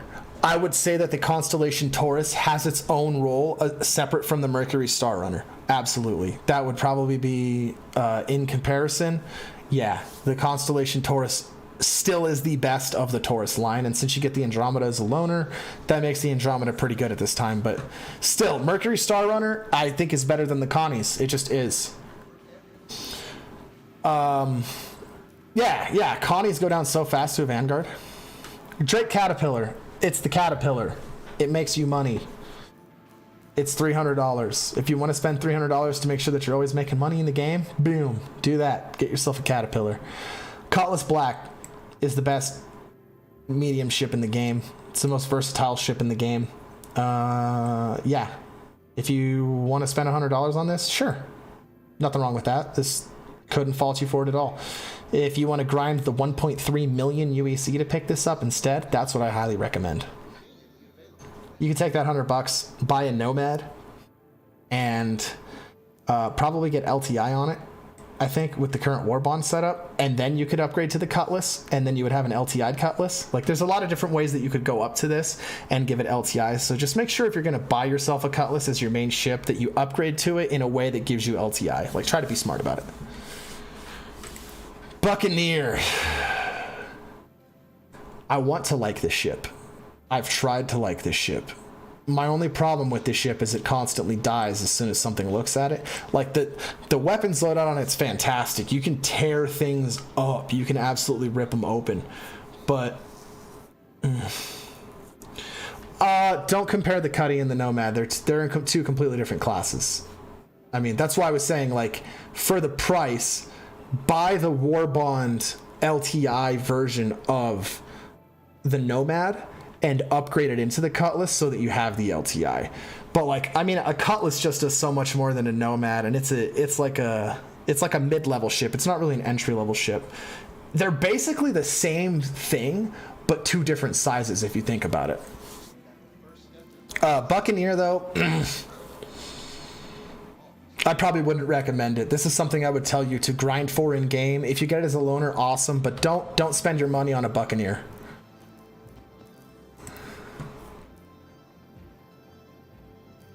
Cutlass Blue, awesome ship, absolutely awesome ship.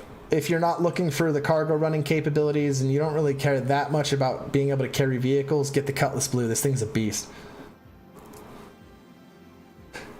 Agreed. 120 month insurance is fine. That's 10 years. So, you know, LTI, 120 month insurance, whichever one you want to go with or whichever one you can go with, do that and then upgrade into your Cutlass Black. That's like the best thing about the Cutlass if you're going to go the cash route for it. Cutlass Red, $135 in the cash shop. Excellent ship. If you want to upgrade your Cutlass Black, I would actually recommend upgrading it to a Cutlass Red.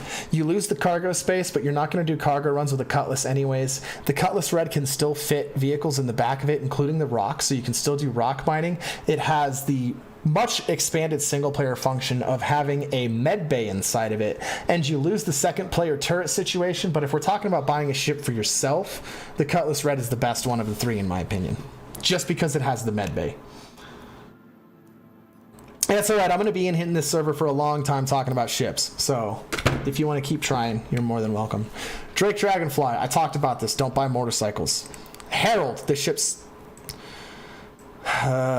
has no defined role at the moment, so I wouldn't recommend it. It is the fastest ship in a straight line, and it's really fun to kind of mess around with. And I really like the interior of the Drake Herald because it makes me feel like I'm on the Nebuchadnezzar in the Matrix. Like, that's what it's got going for it. It's got vibes. The ship's got mad 90s hacker vibes. The Asperia Prowler feels like a pay-to-win ship sometimes. Because $440 for a ship that just slaps this hard feels like pay-to-win. I hate the way the Prowler looks. A lot of people really like it. I'm just not a fan of the like structure that it kind of has going on. The air shields are super cool, but the only thing you can really do with this ship is combat and dropship operations. I honestly don't recommend spending $400 on this ship. Earn it in game. Blade is a cool fighter. With all alien ships, by the way, rule of cool 100% applies. This is one of those things where if you just think the ship is cool, get it. But the Asperia Blade, I feel like, doesn't have a lot going for it just because it's so... It needs a rework. Kind of like how the Glaive just recently, like, they showed off the, like, complete visual rework and stuff like that. I think that they need to kind of touch up the way that this ship functions. I've flown it in combat a little bit, and it just feels like a weak version of a Hornet almost, and I feel like it doesn't have a good place. The Glaive is the exact opposite. I feel like the Glaive is an excellent ship. They just need to implement that visual rework that they gave it and fix the stupid cockpit. The Glaive is amazing. The two size 5 Wrath cannons with the two like size 1s or size 2 plasma cannons on it are excellent. When I was doing the whole earning your 50 kills to get the Vandu's snarling helmet thing, I used the Glaive for like 20 of them. And man, let me tell you, when I was sitting outside of Grim Hex, if like a prospector came up, sorry miners, if a prospector came up, I literally would pop 2 volleys on it and it would explode. Exactly. If they could just fix the cockpit, the cockpit on the Glaive is the biggest issue that it has. Otherwise, the ship is excellent, and if it wasn't for that stupid glitch, I think this thing would be in a much better place. Still, probably not something I'd recommend spending the cash on because you're limited to one roll with this ship, and I'm a big believer that you should not be spending your money on combat ships. If you buy a ship package that comes with a couple of good ships and there just happens to be a combat ship in there, that's great, you know? Like, I had extra left over, that's why I turned a ship into a Saber. I wasn't actively seeking out the Saber. Everything else I have is a moneymaker. Grey Cat, hey, it's a rock. 172k for the best ground vehicle in the game right now because it can make you so much money. I'm sure most of you are here because of my video on the rock, so I really don't want to go over that. P-72 Archimedes has no purpose. 52 Merlin has no purpose, unless you're going to cram them into a Carrack, in which case, why are you hopping into a Merlin or Archimedes instead of just one of the Carrack's turrets? That's kind of a better place to be. I don't know. It's just how I feel. Freelancer, the Space Potato. I don't like this ship. A lot of people like this ship. I'm gonna objectively try to look at this ship from a good point of view. What's it got going for it? It's got 2 size 2 shields.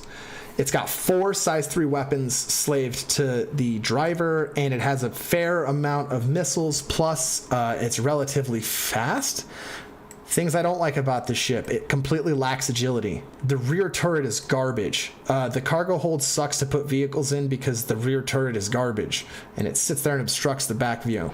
The cockpit in this thing is terrible to look out of because it's so obstructed by these poles and like the massive airplane Boeing 747 style cockpit seating that it's got going on. Really easy to break into, very hard to maneuver in a bad dogfight. I don't like the Freelancer.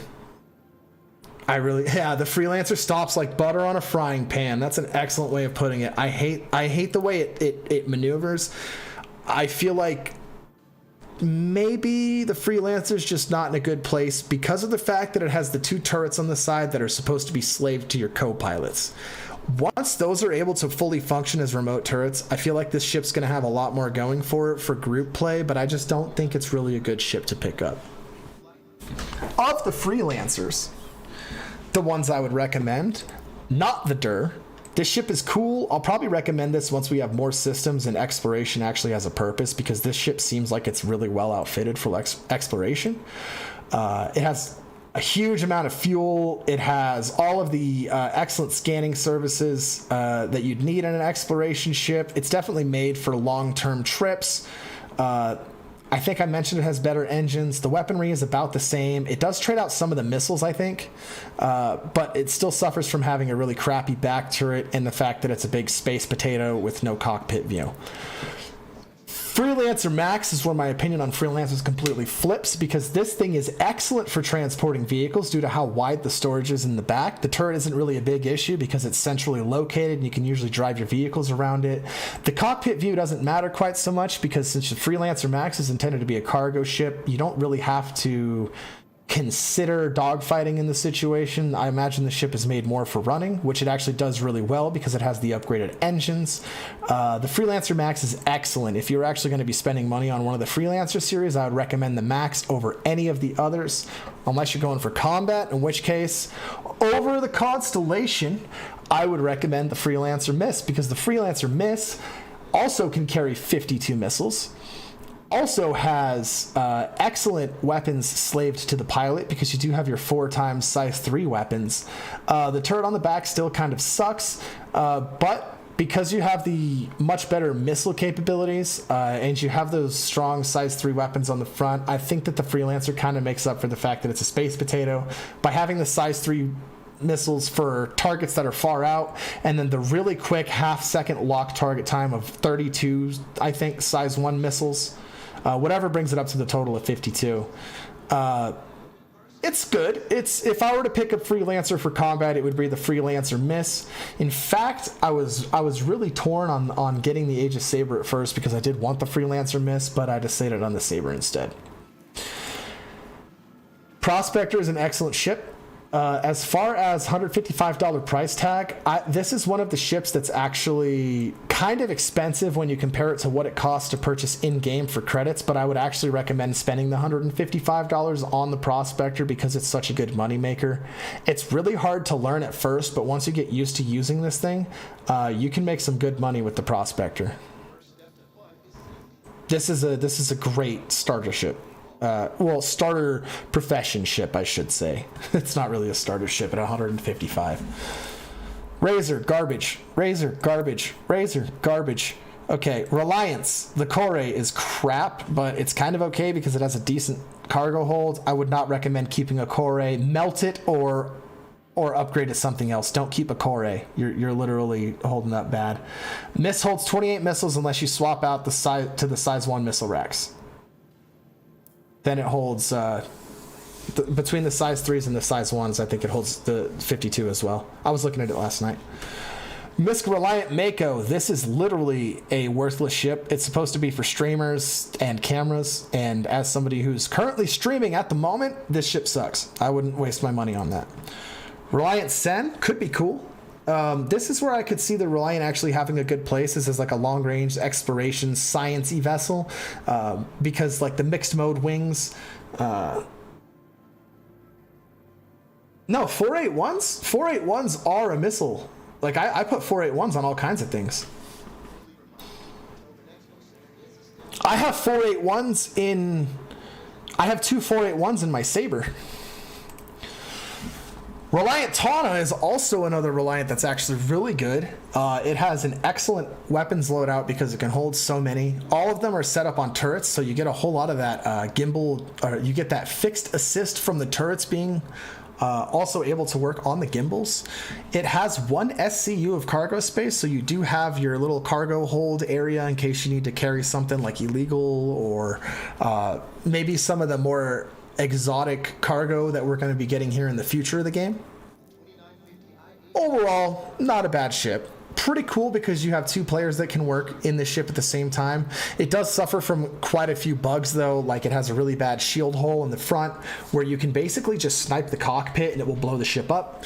The wings, if they rotate and you're like sleeping in the back of the ship or something like that, when you log back in, you're no longer able to get into the cockpit because it does this weird thing where rotating the wings seals the cockpit off from the back of the ship. That causes a whole lot of problems for Reliant pilots. So I don't know. It's a weird ship.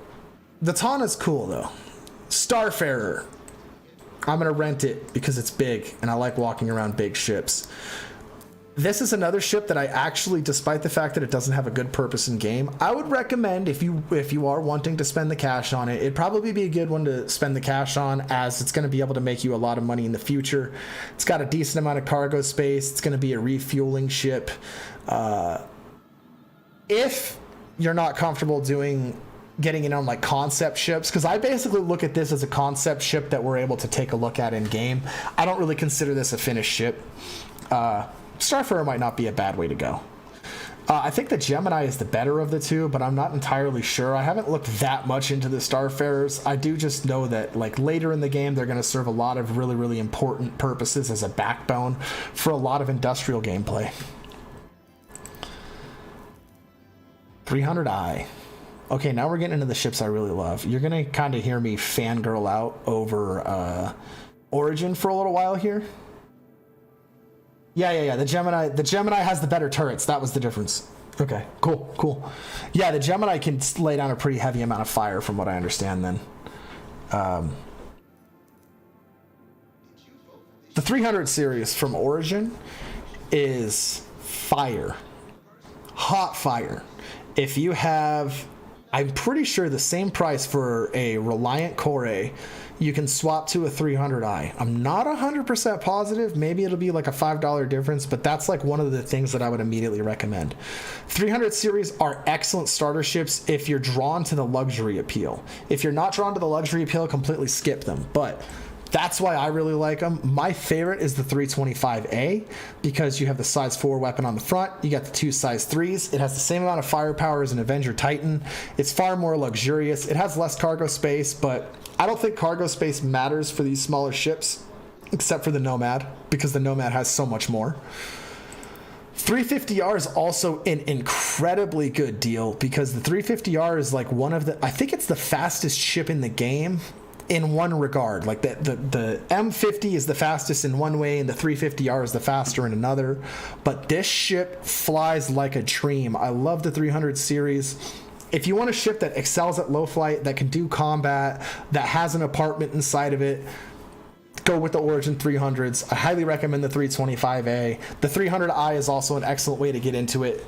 315P is going to have a tractor beam, so it's going to be much better for when we have an expanded gameplay. It does have the coffee maker, that's true, but you have to pay $2 for the coffee maker. 600i. This ship kind of hurts me to talk about because I will acknowledge right now that this ship's not that good. It's got a lot of wasted space. The turrets on it aren't good.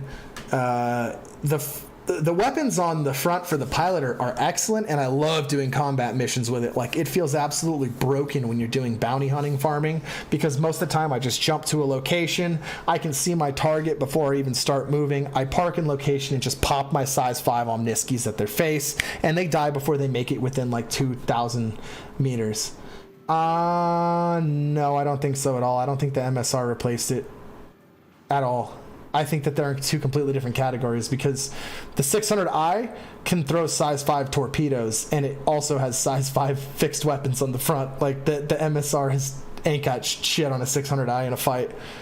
The 600i also has far better shielding. Yeah, it's just, they're not comparable. I mean, this thing has an FR86 on it and it just doesn't die. Now, the Touring, yeah, I would rather have an MSR than a 600i Touring. The 600i Touring is absolute crap. The inside is completely wasted. There's no scanning. There's no cargo hold. It does have a small amount of cargo space, but it's basically wasted because it's so small. I think it's like 12 SCU or something tiny like that. Like, you get more from a Nomad. They need to do a complete redesign on the 600i Touring at least. Most likely the entire 600 line because of how bad the space is inside. Yeah, okay. Yes, the Touring is garbage. I think that's where you confuse it because the Exploration's good. The Exploration has a big enough cargo bay in it. Like, I've actually parked 2 Grey Cat PTVs on the side and then 2 Dragonflies in the cargo bay, like off of the actual hangar doors, and then put an Ursa Rover in the middle of it. Like, this thing is going to be amazing for actual exploration, but it just doesn't have that big of a purpose right now. Yeah, the 600i is actually my in-game goal too. I don't actually own a 600i on my hangar. I make it a purpose that every time I lose a 600i, I grind up to owning another 600i, and I find it to be really satisfying because every time I re-earn it and I hop back in it, it's just like, to the bar. 85X is basically a Sportster, Roadster, 2-seater kind of vehicle. I don't really know if I like this one. I think it's cool because the passenger gets to use a remote turret, which is on the bottom, which is 2 size 1s. I think it might be neat for some of the cooler stuff that they have implemented coming in the game later, like in a year or 2, maybe 3, but it's not good. It's not good. It's a bad ship. Don't get this ship. It has no missiles. It has 4 size 1 weapons. It has horrible shielding. It's very slow to respond. It's not bad at driving in a straight line, but like this thing is literally just made for you and your friend to sit in and feel like you're cruising around in a car in space. Like it's literally got the full cockpit setup as if you're in like a modern day car. That wraps up there. Okay, Gray Cat PTV. I was just talking about this. Yeah, I fit like a whole bunch of these in the 600i. Oh yeah, 85X is really good to put in the 890. That's true. That's what its main role is to be like we're at this beautiful luxury paradise world. Would you like to hop into the 85X and take a little stroll around? Because I feel like the size 1s are basically for you to fight off wildlife and stuff like that. Like they're not intended for you to shoot ships. Aurora CL. Hot trash. Don't buy this ship. Don't look at this ship. Don't consider renting this ship. Pay this ship no mind. It's horrible. It's 8 SCU of cargo space on a Aurora. Sweet. It gets rid of missiles and weapons in exchange for it. It's horrible. Don't buy that ship. ES. Why would you use an Aurora for pathfinding? Next. Aurora LN. The only Aurora that's actually good. It's got 2 size 2s, 2 size 1s, and a size 2 missile mount on the top. So it's okay. This ship's not bad. This is the one that I upgraded my Aurora to.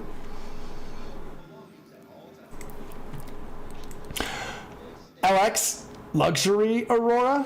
It has leather seat. I don't know why this ship exists. Get rid of this ship, RSI. Aurora MR.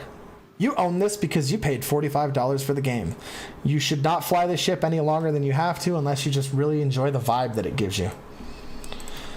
Andromeda, the missile boat variant of the Connie series. Connies suck right now because of shield holes. They also fly like crap, and missiles are kind of nerfed because you can only fire 4 at a time. So current state of the game, Andromeda is not good, but Andromeda is probably one of the ships that I would recommend if you want one big ship that's going to be able to do everything. It's not bad. MSR is better, but the Andromeda is not a bad choice. I think it's kind of a personal decision at that point. Aquila, the exploration variant of the Connie. Don't spend $300 on this ship, please. Don't do that. Don't do that. Don't. You want to know the selling point on this compared to the Constellation Andromeda? It has a round cockpit. Oh, and it has less missiles. Phoenix. You want a luxury ship, right? But you don't want an origin ship? Okay, cool. This one's not bad. Still got a cargo hold in it. It's got the really cool feature of like actually having windows for your passengers to look out of, and it has a really neat vibe. No, to get an Aquila, I'd have to be quoted on that. I can't recall recommending anybody get an Aquila.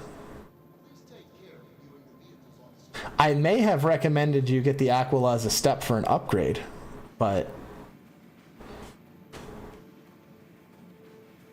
the ship's just not good. It comes with the Ursa rover. I guess maybe the Aquila might be alright if you want an exploration ship, but I just don't think it's worth the price. I think I recommended you get the I'm pretty sure I recommended that you get the Constellation Taurus because it gives you an Andromeda as a loaner. Because that's a really good way to go for $150. Phoenix is cool. Does it still have missiles? I don't think it even has a missile bay on it. I'm pretty sure it's just... Yeah, this thing is just luxury. And then I think you still have your obligatory size 5 weapons from being a Connie. But, yeah. Still has the snub fighter, which I find weird. Mantis. Don't spend $150 on this ship. It's bad. It has quantum enforcement drive, which doesn't really work properly at this time, and it has 2 size 2 weapons on it. Meh. Yeah. Yeah, Taurus, 100%. Good way to go. I would never argue against Taurus. And then we have the rover, finally. This thing needs another art pass, but I mean, it's a ground vehicle. Who cares about ground vehicles right now? All right, now these are the most important ships in the game. You got your Tumble TR, RN, RC, AA, and generic. They're cool little, like, rip-off warthogs. I don't know. The AA is kind of neat, but it's like size 1 missiles, so I don't see how it has any real purpose. The RC is the one I would recommend because it's got boost, and that's really fun. TR has a turret on the back. Can't really do anything. Yes, the Cutlass Blue can also jam Quantum, and for $25, you get more missiles, you get 4 weapons, you get the co-pilot turret, you get a better Quantum Enforcement drive from my understanding as well. Yeah, I don't have a ballista either, actually. That's like the one I haven't picked up yet. Yeah, there's me ranting about all of the ships that are available in the game.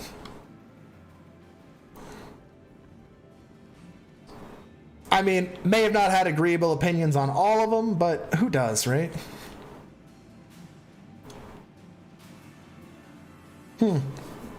Of these, which is my favorite, I like the P8 SMG the most. I find it's a good compromise between high rate of fire and a high amount of damage. The C-54 is what I would pick as my number 2.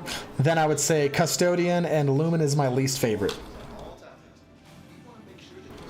We got S-38. I love the S-38 pistol, the LH-86. Frag pistol kind of sucks.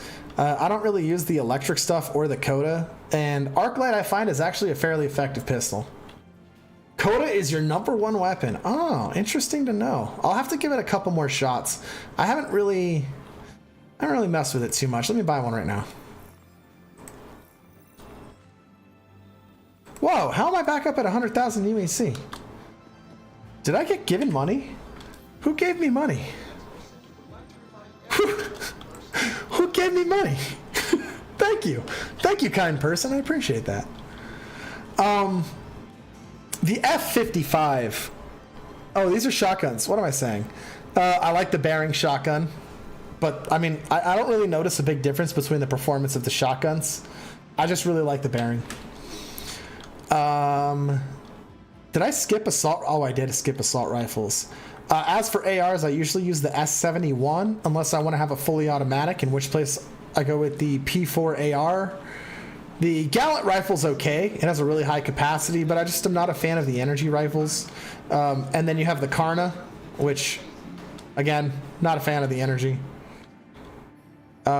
These are okay. Shotguns are all the same, honestly.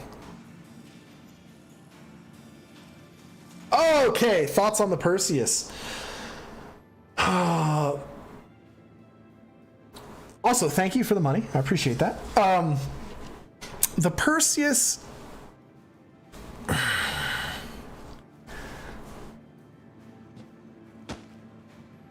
I'm trying to like consider all factors in it right now.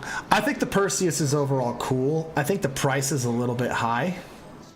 The one is a double barrel semi-auto shotgun. Where is that what that is? Oh no, these are snipers. Hold on.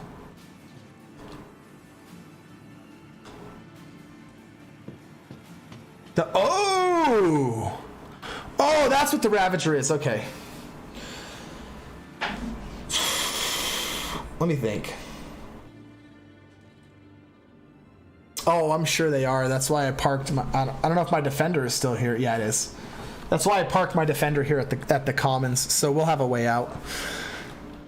So the Perseus, I think, is just overpriced. Overall, I think the Perseus is going to have a neat role, and I'm kind of excited to see them building this whole concept out of like being able to slay bigger ships. From what I've seen, it doesn't look like it's going to be necessarily a ship that you go take on a capital ship alone.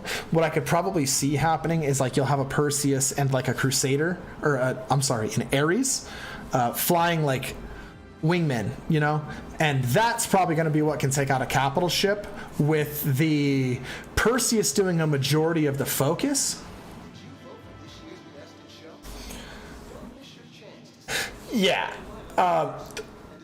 Bartending the Connie Phoenix if you want to come get a drink and just... Oh, shit! Well, I'm off to the RSI floor then. Okay. Sniper rifles I don't care about. Sorry, guys. I haven't really used them. They don't work over 400 meters, so what does it matter? I'd rather just use an AR. the reason I say the Perseus is overpriced because I feel like every single one of those ships is overpriced. Like capital ships are just kind of stupid. Why would you spend that much money on a ship? Why? Like seriously, why? Oh, I have to take the elevator. That's right. Maybe it'll be worth it. Maybe it will be worth it. I see it filling a really cool role. The only reason I think anybody should ever honestly buy those ships, like a Perseus, right, is if you have an organization or you're like a content creator or something, and you have a huge amount of people that are going to be grouping with you all the time, because otherwise, like, you're just spending $675 on a ship that you're probably not going to use much. And I mean, this is the same for javelins. Biframes, Idris, like everything of that size. I would say even like the Polaris. You know, I don't know why you would buy that. Why would you buy that? Oh my god! Oh, frame rate, come back!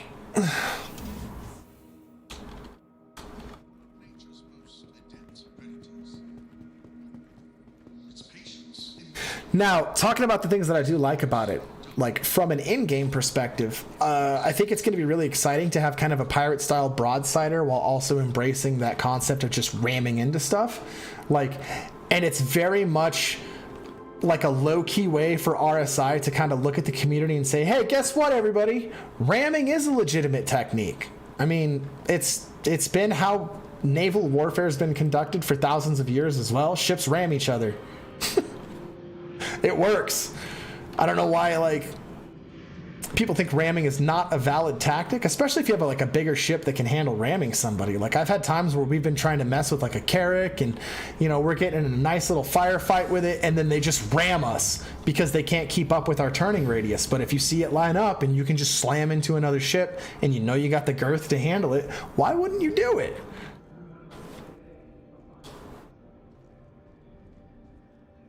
All right, let's get ourselves a little seat. Can I? There we go. I'll take a whiskey Coke, please. People say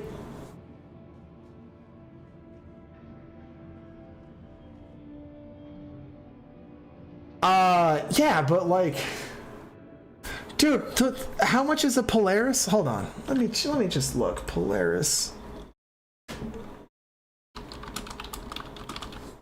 ships by price and Star Citizen. Hold on.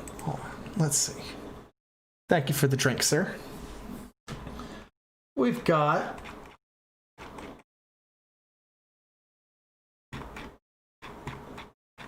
oh wow, I forgot how many of these ships are so expensive.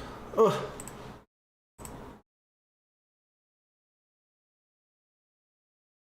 Okay, so the Perseus is $675, and we've got, where is the Polaris? The Polaris is $750. Yeah, the Polaris is a $750 ship. Oh man, I messed up. Hold up. There's the chat. That's fine. We'll just pretend I have a drink. So I'm drinking with a helmet on anyways. Dude, it's $750 for a ship. It's like, how much is your time worth? I don't know. I think at a certain point the ship price becomes outrageous, right? Like if you're spending more than $450 for a concepted spaceship.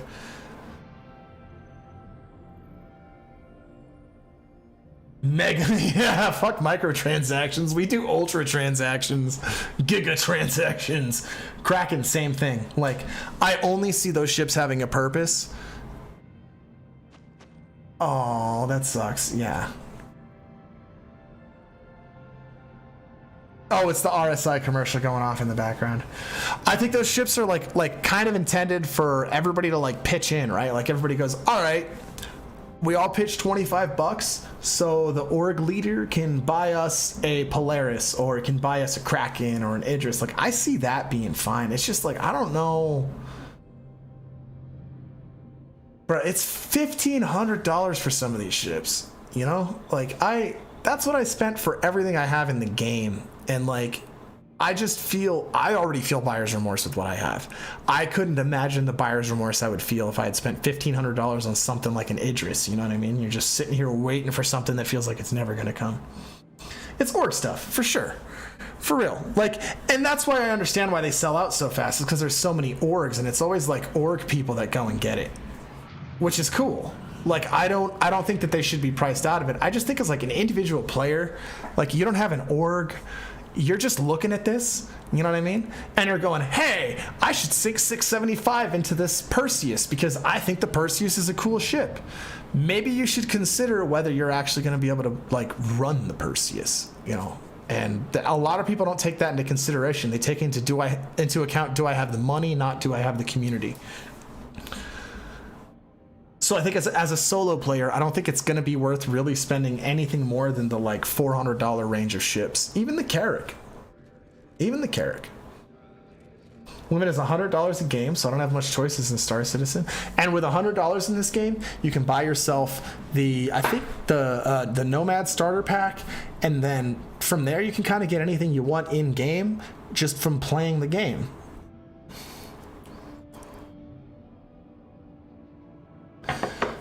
You can just hop out to the menu. Oh, you haven't added me to your friends list. Go out to menu. I'm gonna throw my name up in the chat again. If any of you guys want to add me, I'll go back into first person.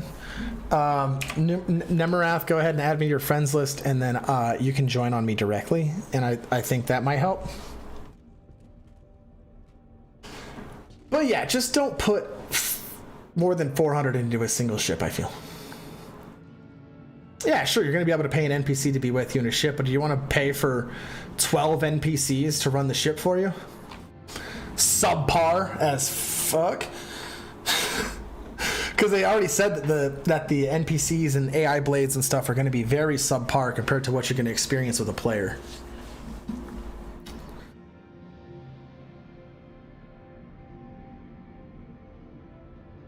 You got the Orion for $575. However, you took into consideration that, you know, you're part of the community that I have in my server. You have your community on your Discord server. You have a community that you're going to be playing with the Orion with. You know that you're going to have 4 or 5 people using moles and bringing the material back to your ship. That's taking that into consideration, you know? But would you have bought the Orion if it was $1,400? You can't add to friends list from inside of the game. You'll have to add me to your friends list from your menu.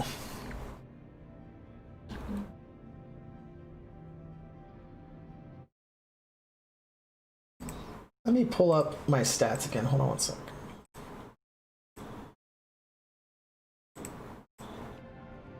And also, thank you so much to everybody who's joined in and watched the stream today. Appreciate the hell out of you guys. Hope you're having a great day as well. If you like the stream, please give it a thumbs up. It helps me out a lot, and it doesn't cost you a thing. I like how you're just like giving praises over here. The mighty goat man giving us a sermon. Oh, what? But, dude, here I am giving you compliments, and you're gonna give me the finger? You're just gonna give me the finger. I see how it is. I see how it is.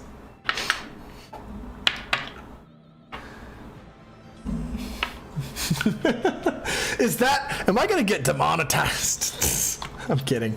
I'm not monetized. Oh, how I wish I was monetized. They already started running ads on my videos per their new like rules, and it sucks because like they're running ads on videos that I don't get paid for. Like they're advertising on content that I made and I don't get paid for it. Oh, it sounds like we have another friend.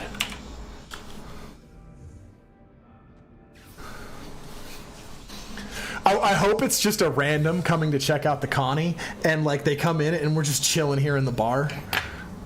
Hold on, I gotta take Oh, it's Kat. What's up, Kat? Welcome, welcome. Oh, I have to. Do I have to get? Nope. I'm gonna do it this way. We're gonna hang out like absolute champs. Hey, what's up, Ed? I think I've seen you in this stream a couple times, but you're being super quiet today.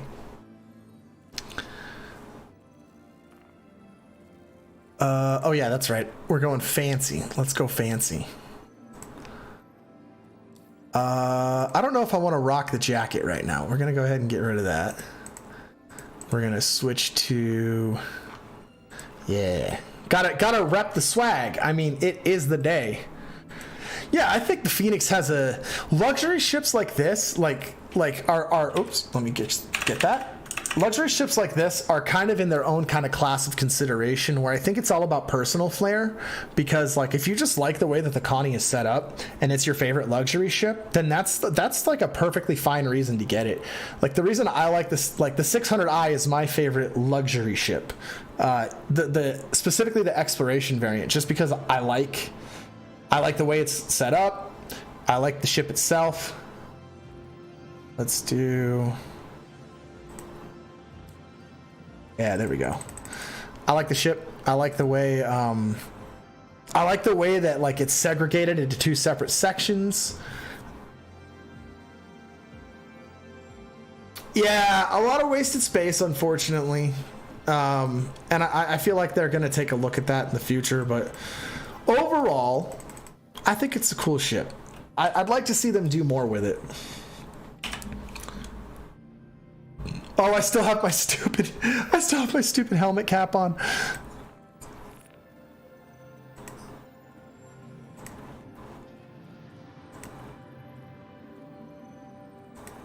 Let me put that back on. All right. And then unequip the helmet. I hate that you have to do it this way. All right. Now unequip my undersuit, save changes, and then go back out. Pachow. Get rid of it! Whoa. Whoa. What helmet is that? Hold on, what? Dude, hold on. What is this? Is that like a Rust Society helmet? Where did you get that?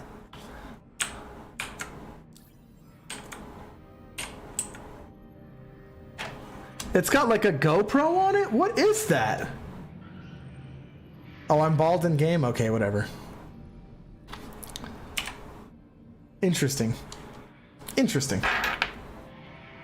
Can you shoot someone at the expo? No, Armistice zones were removed for the purposes of ships at certain locations, but Armistice wasn't removed for like first-person shooter stuff yet. Stegman's Iron Brand. Is that like a subscriber item? How did you get that? That is a really cool helmet.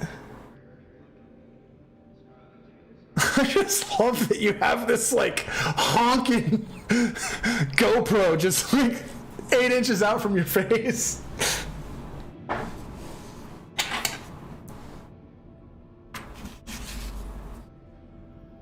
Bought it in-game at a store. Oh, it must be at like Delamar or like one of the mining locations, maybe Grimhex. Could you imagine if people could shoot each other at the expo? Oh my god, it would be an absolute nightmare. It's for streaming. Oh, it's probably like the stupid Reliant Send thing. I get it. I don't know why you would do that though. I've got OBS. Why am I going to use like that? I don't understand that yet.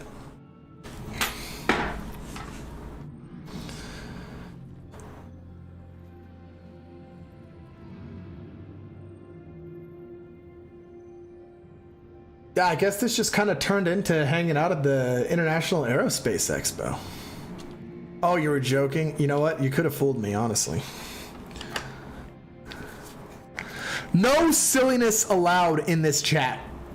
Shall have none of it here. Not one bit, I say. None.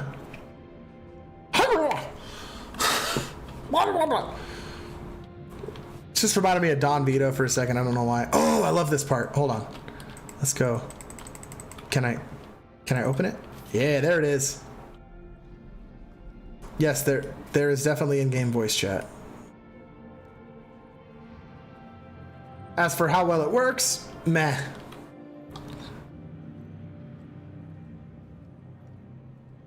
I like what they did with the cargo hold in this one.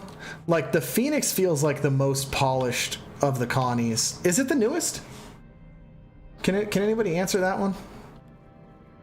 Yeah, this server's probably going to be a pain to get into right now because we've got a lot of people from YouTube trying to hop in right now. I feel like this has to have been the newest one. Because it feels the most appropriate.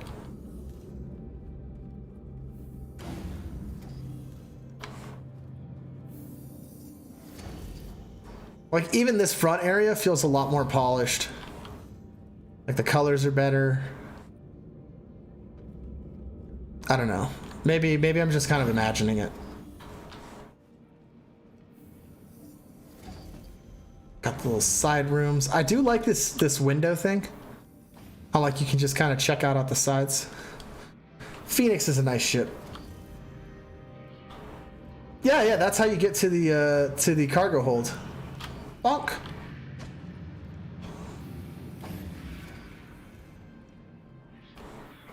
And where is it? Right here.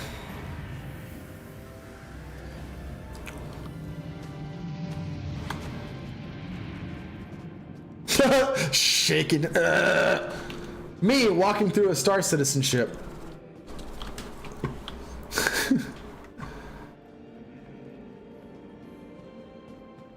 What was it that said I am the emergent gameplay?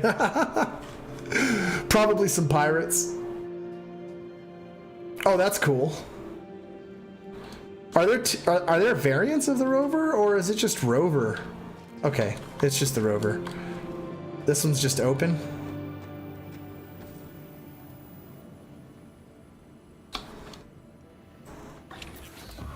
Oh.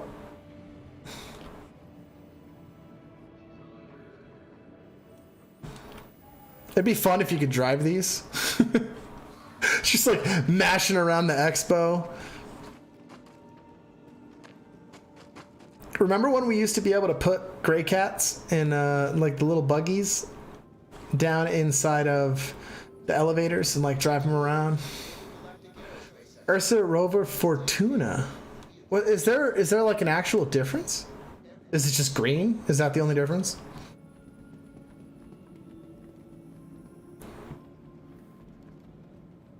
I mean, that's definitely something I could see RSI doing to us. What's this? Excuse me? Excuse me. Did y'all really just put the freaking Taurus in here? Really?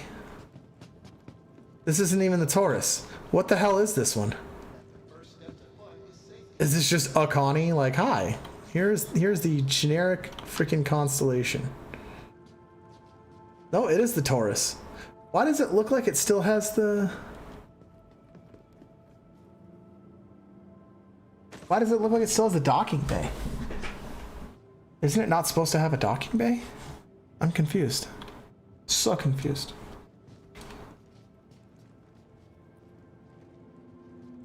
This is a friendly reminder that the Tobin Echo Center is please refrain during your visit and have an amazing day.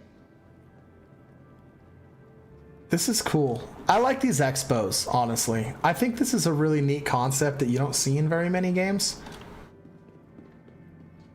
Where they like actually have like real in-game events. This is cool. Enough of this though. I feel like we've been here at the expo for quite a while. We're done. We're done. Time to get back in the Banu Defender. Does anybody need a ride? Come to the Commons, meet me at the planetary surface exit, and we will take off in the Banu Defender. And I'll drop us all off at Port Tressler so that we don't have to deal with any of the nightmares of New Babbage. Take me for a ride, Jeeves. I think it was Minion Soldier that said it. that said I am the emergent gameplay. Because his whole thing is he's a pirate. Like that's like his big shtick.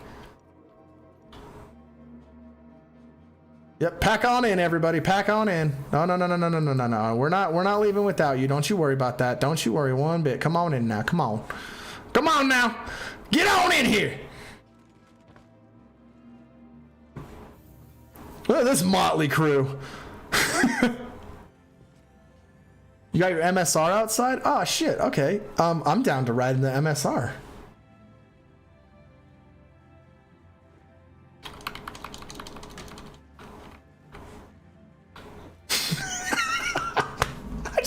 It doesn't matter what game you play. The second that you do this, everybody else does it too.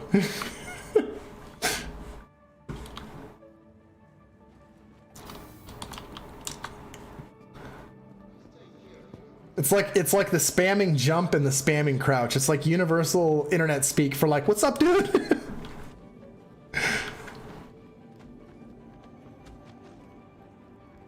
All right, let's go, everybody. Are we all gonna make it? Are we all gonna make it?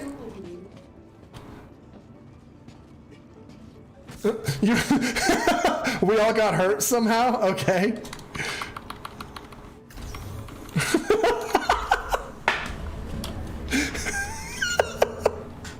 Always with the crouching.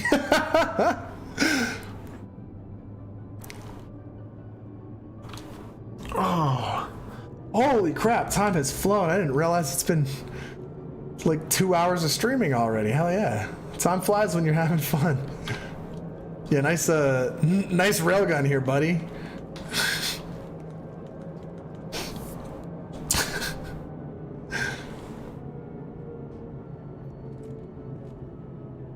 Also, thank you to everybody who just joined in the stream. We're just farting around at this point. We don't really have a plan. Our plan is to just try to leave New Babbage right now.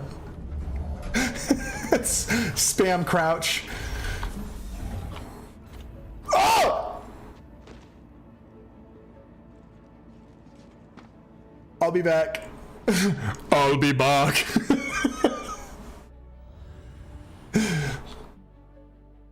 Oh, you don't need your helmet on New Babbage's surface. You can breathe the atmosphere here.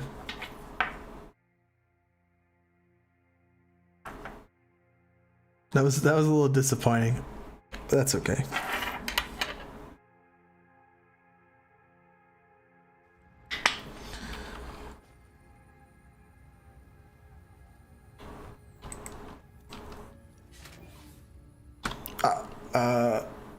Was that a group invite? I don't know what that was. I just accepted it. You can get different Moby Glass, but they don't actually change the...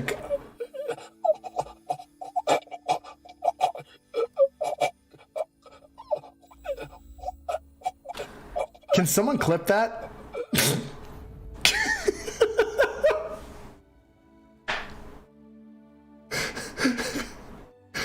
Oh. Okay.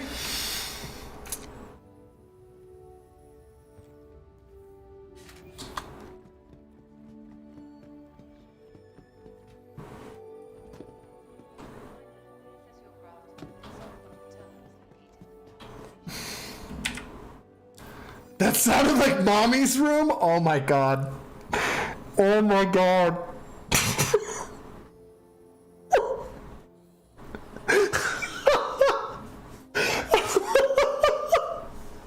Dude, that was that was a fucked up joke.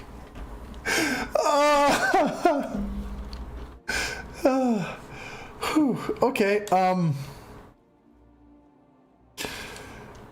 whew.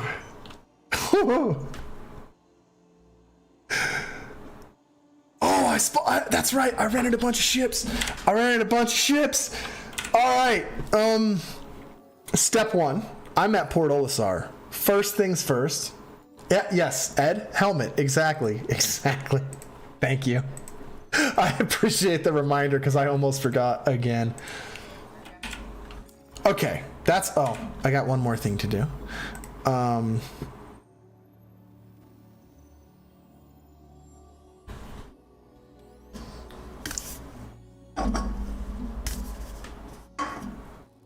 Sorry, I got crap all over my desk. I'm trying to think. So we'll do the output cartue for what? Read only. What? What? Oh shit, it's rented.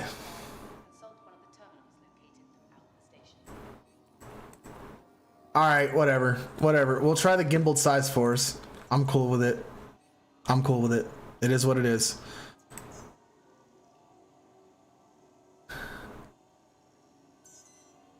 I'm just gonna test this out on like a quick like CS3 or something. So I don't know if you guys want to like jump here, and then we have enough that we can fully crew a mole.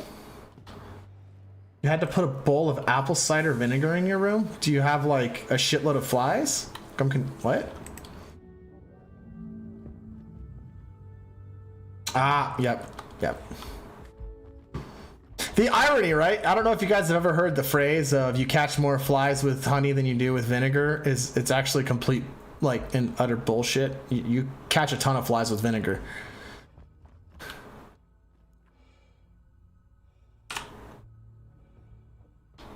All right, let's try this out. 2 size 4s gimbaled, I think, is gonna actually redeem this ship a little bit.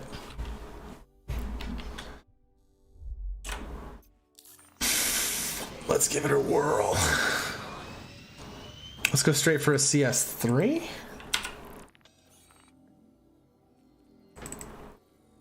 Gotta go. All right, thank you for joining, Sean. I really appreciate it. Appreciate the sub as well. Have a great day, man.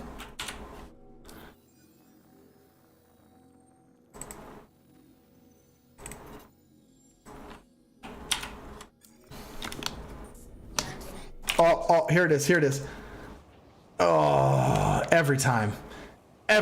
So fucking cool. And the sounds. I mean, it's a cool ship. Let's see if I really think the weapon change is all it honestly might have needed. It does suffer quite heavily from pancake factor because it's such a wide profile looking at it.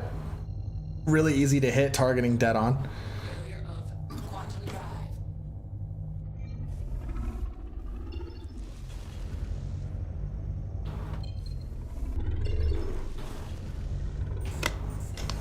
Come on. Jump.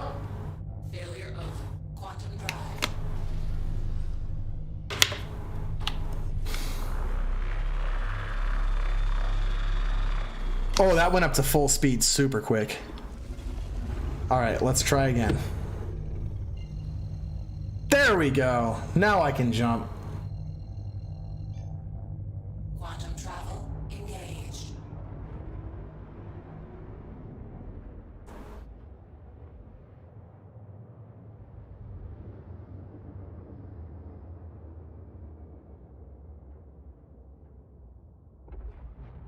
Quantum travel complete. Uh-oh. Is my internet being dumb? I think my internet just started being dumb. Oh, yeah, it's Sunday after Thanksgiving. I bet everyone's about to start watching football here quickly. That's probably going to mess my stream quality up pretty intensely. Oh, we're going to overclock these. Yeah, let's overclock these bad boys. 2 Panthers. I really don't... Like, the Gladiator has better damage output, right? Because it has missiles. It's got... Oh, the agility is nice. Contact. Weapons 2 hot. Weapons 2 hot. Oh, okay. I don't know what just happened, but... Okay, without the missiles being as powerful as they were too, I haven't died yet, which is nice. I used to just get shredded by Cutlass Blacks in this thing because they would just missile you on the way in. It still feels really weak.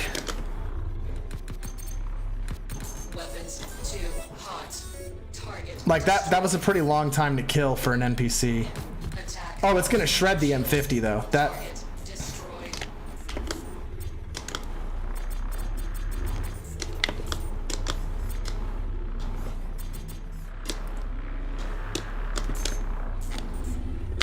okay, I need to back off. I'm like way too close.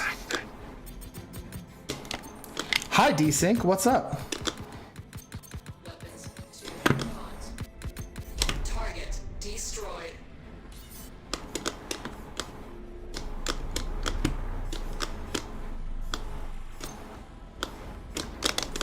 It's nice being fast enough to keep up with the M50. Weapons 2 pods. Target Okay. destroyed. Okay, so that was a better performance than when I last tried it. Let me try a CS4. Not bad, not bad. It's still quite a long time to kill, and I think naturally it would be better if I wasn't using a rented one and I could upgrade to the bigger weapons. But it's super agile, and I feel like it's a pretty good counter to some of the smaller ships. So I gotta say, I think it has a good role now. I just still don't think it's gonna be worth the actual price of what they have it listed as. Okay. Oh god, I'm stuck in an asteroid. Okay, we're good, we're good.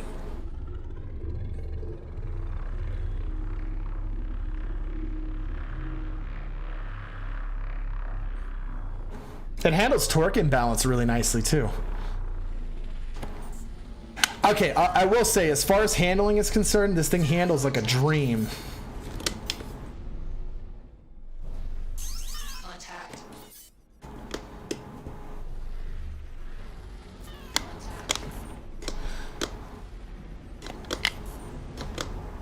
Okay, okay.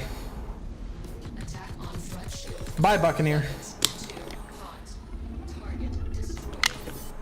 Okay, it'll take a Buccaneer out in a heartbeat.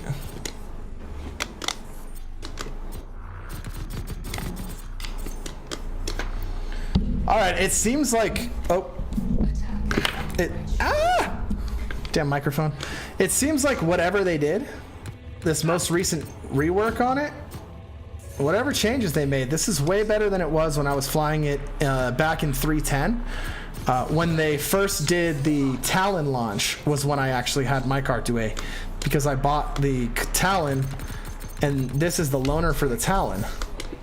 So I extensively used it for like a week, and I mean, I can already just feel a huge difference here in 311.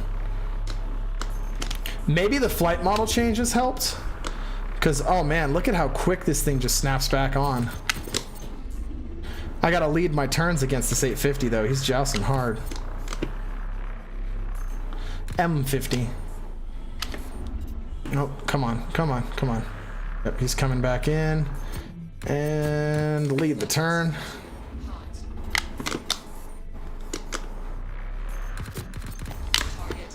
That was a little bit of a nimble ship. Another one. Weapons 2 pods.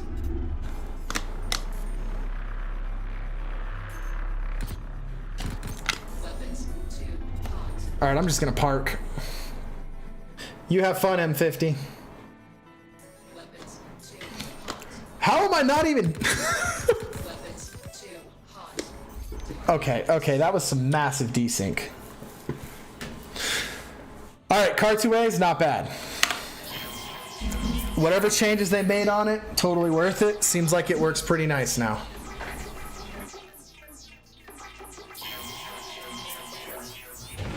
All right, now, is it Port Olisar where I can buy the stuff for the Vanguard Warden so I can have like the distortion repeaters and stuff? Because I think I'm just going to hit the bathroom real quick, come back, and do a little more of these rental ship testing. And then I figure maybe we can all go screw around in the Reclaimer since it's huge.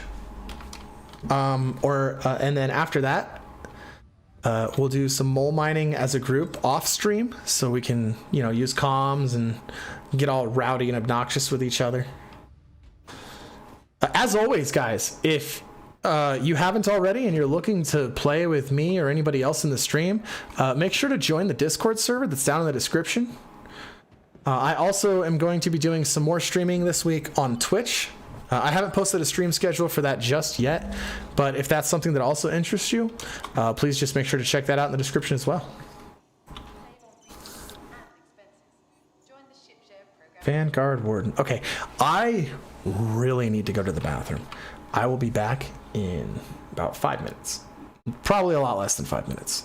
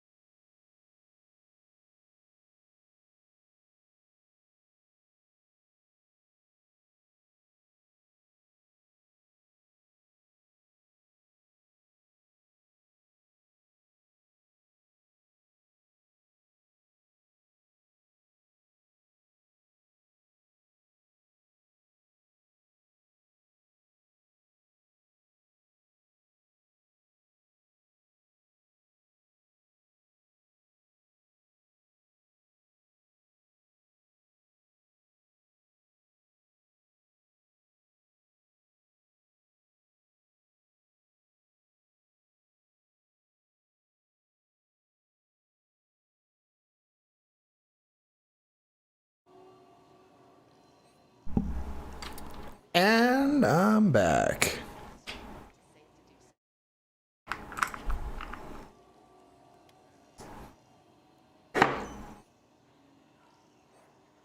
All right, let's go ahead and hop into this warden. Let's see, we've got... Is it just that one I have? What? I thought I'd grabbed multiple. Ah, whatever. A warden's a warden.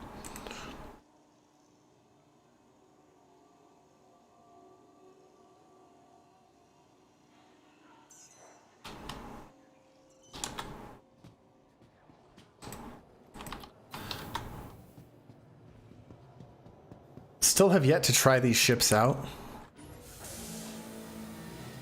I've heard that they are notorious for having a really bad, like, landing ramp. Or loading ramp.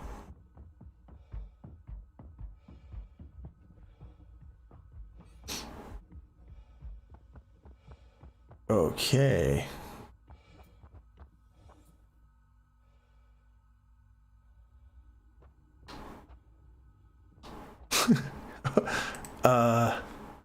Is there like a button?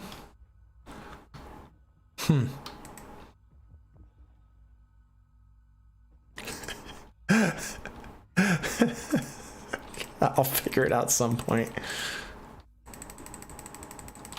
Oh, there it is. Okay. Wow. That's why it opens up super far. How do I close it?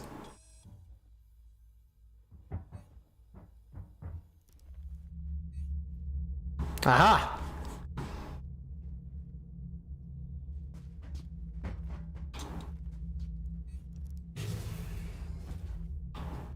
Ooh. Okay. Here's your pooper slash shower. All right, nice, nice. We got food Nozzletron. Yeah, nothing like getting your fresh breakfast from the Nozzletron. Got your gun rack. Okay. So this is a 2-person ship. Got your turret. Oh, okay, that makes sense. So you just have turret and pilot. Is this components? Yeah, nice. Okay, this is a cool ship.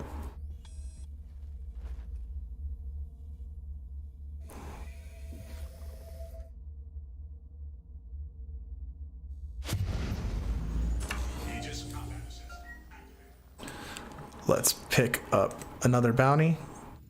We'll just go straight to CS4 with this thing, right? I mean, it's a good ship. Should be able to handle it. And all right. How's it fly? Okay, handles a lot like a regular fighter. I like it. Pretty nimble. Especially for its size. I'm kind of surprised. I was expecting it to be slower than that.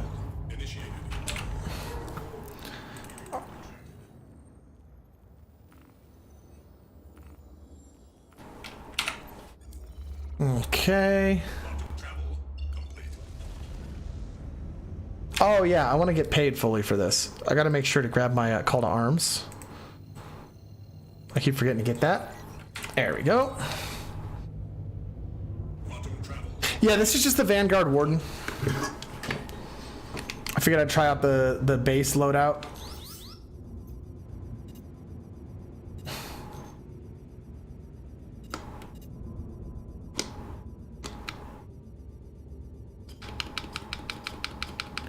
Oh, okay.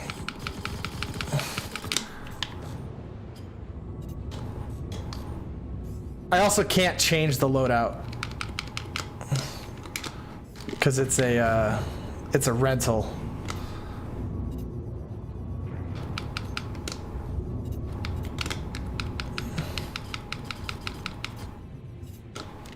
Oh, come on, desync. Cut that out.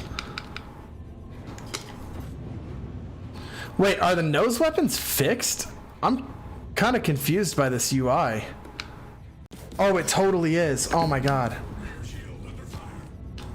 Okay, wow. Thank you, super confusing interface. Thank you so much. All right.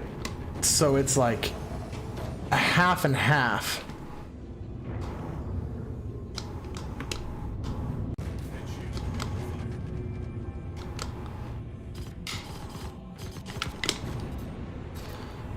That explains why I was missing with all the weapons.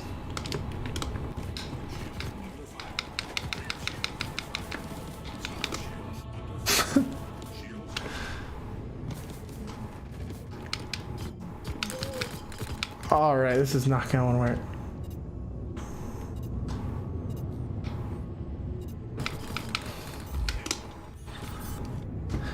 It definitely has a harder time keeping up with like the movement of the faster ships. But that's, I mean, I expected that. This isn't exactly a fast ship.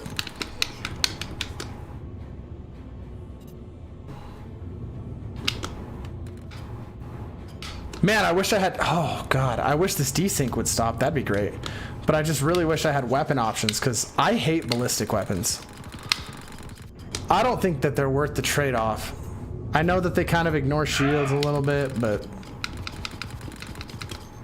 I've never really liked them. Come on. There we go. There we go. I'm not really liking the Warden so far.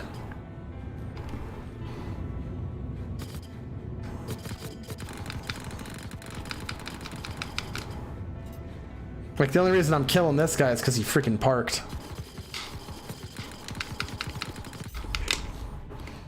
It would also be a little better if I had like repeaters instead of having to sit here and spam my secondary weapon. Probably would be better with the fixed weapon as well. Having this one gimbaled main weapon kind of sucks.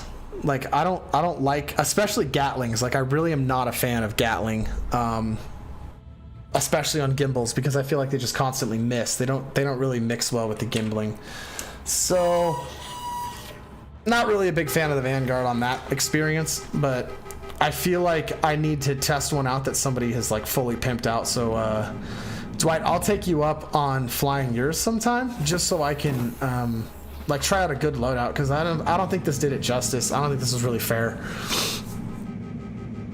Yeah, exactly. Like laser repeaters, and then I think it's you can put distortions in the front cannon or the front weapons, right? So you have like your distortion repeaters to strip shields, and then you put the Galderian on, and that thing just does all the damage for you.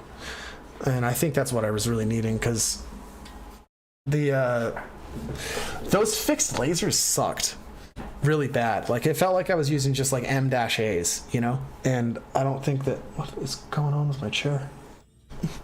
I don't think that that's the way it should be ran. Where like the stock Garduet had a much better showing, I think. But that's because it kind of works just better with or without gimbals. Let's see, Hurricane. I'm gonna try that later. Probably see if one of you guys wants to go for a ride in the Hurricane and go do some bounties with that later. Let's see, Starfarer. Can I spawn a Starfarer here? I know I can't spawn the Reclaimer here. Oh, I totally snuck onto somebody's Starfarer the other day, by the way. They were flying out by Port Olisar and had stopped for some reason, and I literally like hopped out of my I was flying the Arrow. I hopped out of the cockpit and EVA'd over and like landed on the railing for the Starfarer itself, and I don't think they noticed my pop-up when it said I had joined the ship, because they had no idea I was there. I didn't kill them or like troll them or anything. I just kind of like walked around the ship, and then at one point one of them saw me, and then I think they kind of freaked out in party chat, but I just like slashed wave and kept walking around, and they left me alone. And after a while they crashed the ship and it blew up, but it was pretty funny. Like I just got to kind of hang out on the Starfarer.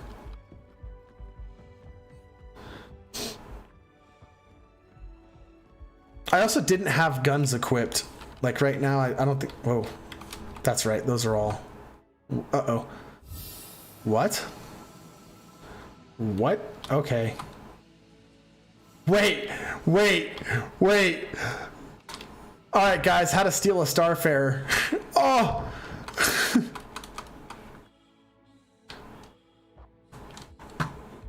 That's so funny. It's that easy.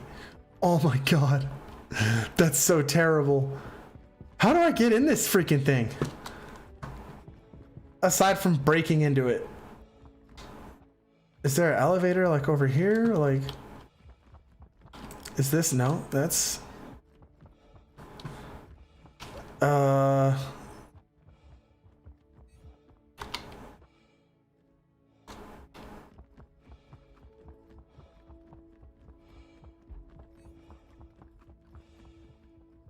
Yo, we could spawn the Reclaimer now? I thought the Reclaimer was too big.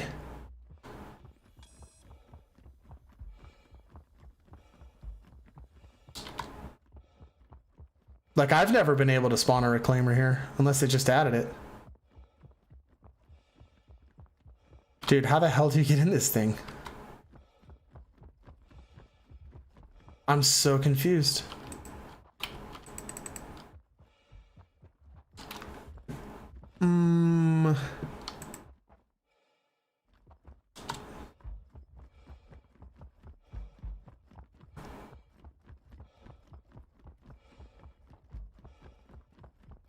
I'm gonna have to try to float onto it, I guess.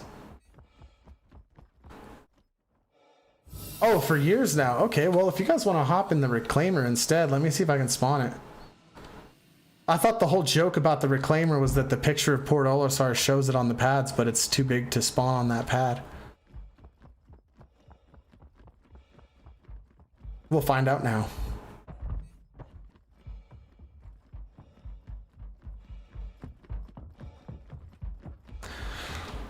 Well, that was a roundabout way to get back inside. Gears now. Okay.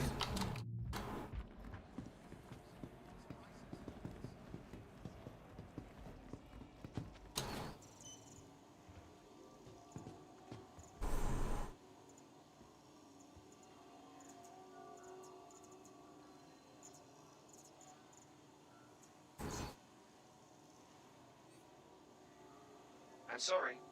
Your vessel exceeds the size limitation of your own pad. Yeah, I've never been able to spawn it here. You have to go to Grimhex.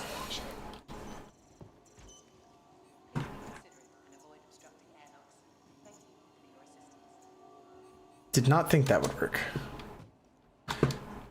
Alright. Because I'm sure someone's probably tried to break into this by now.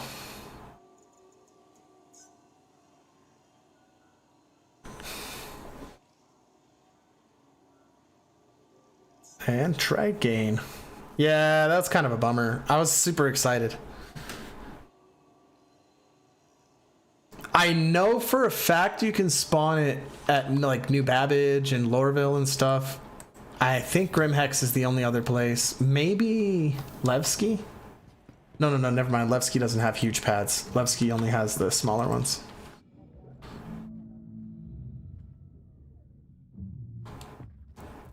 All right, let me grab this Starfarer.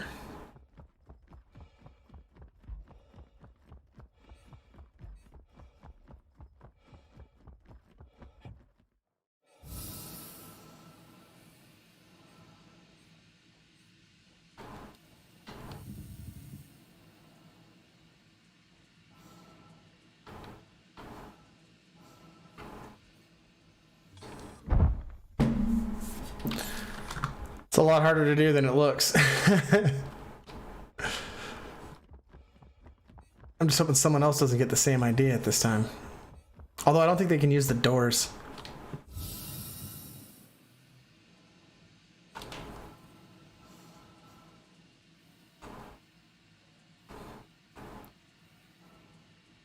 Is there a way in on top? Nope. No docking collar like the Freelancer has. That sucks. I made it! I'm on my ship!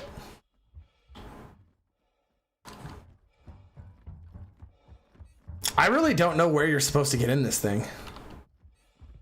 Like, from the bottom.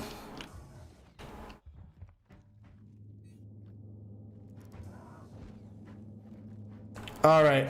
Now I'm lost. Okay, let's go this way. What's funny is I know you guys might try to give me directions, and it's so delayed, there's no way it's gonna help. Oh, is this the right way? Oh, hell yes. Whoa, this cockpit's huge. I don't think I've ever actually been in this ship. I've been in a reclaimer, but that's about it. As far as the huge ships go,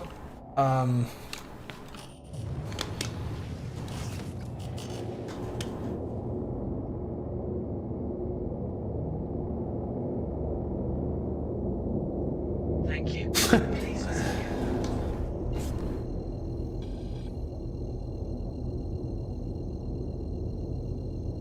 all right, I'm just gonna do the single jump over. Oh, I wish. Not right now. I'll join you guys. Probably about 10 minutes here, honestly. I just want to kind of walk around and explore the ship a little bit, chat a little more, and then I'll probably join y'all in the Discord at that point.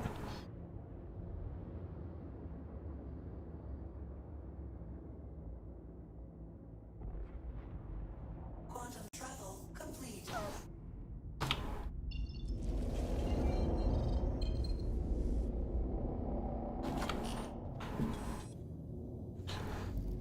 All right, Starfarer. Now that the lights are on, is this like the main captain's chair? Can you pilot from this? Doesn't look very pilot worthy. Okay. All the escape pods. I feel like this is quite a bit of wasted space. When we're going to P, I get out of the ship when we're going to PO, and now my game crashed. Oh, that sucks. Yeah, this game can be kind of frustrating. Oh, you got to make all the Star Wars references you can. What is this? This is ladder. English, hard language. Whoa, more ladders. Whoa, whoa, whoa. Okay, I guess I go up Aussie way now. Hello, upper level.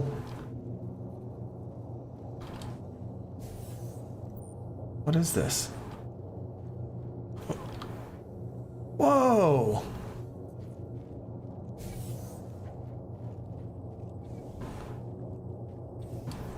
Okay.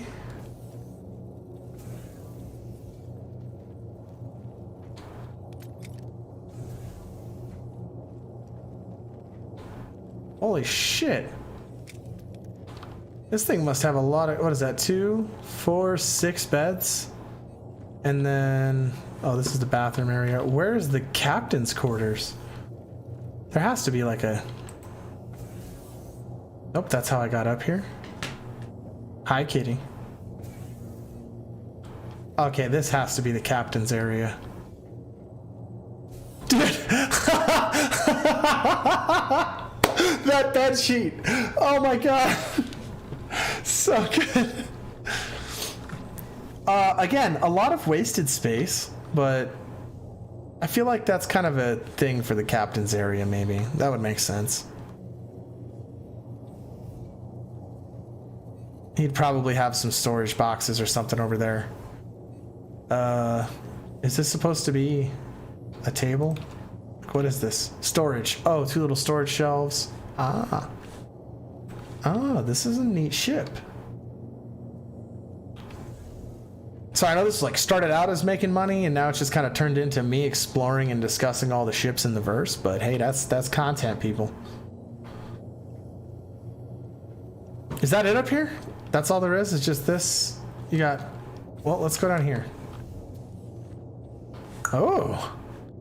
Nani? Okay, I guess I can't open that.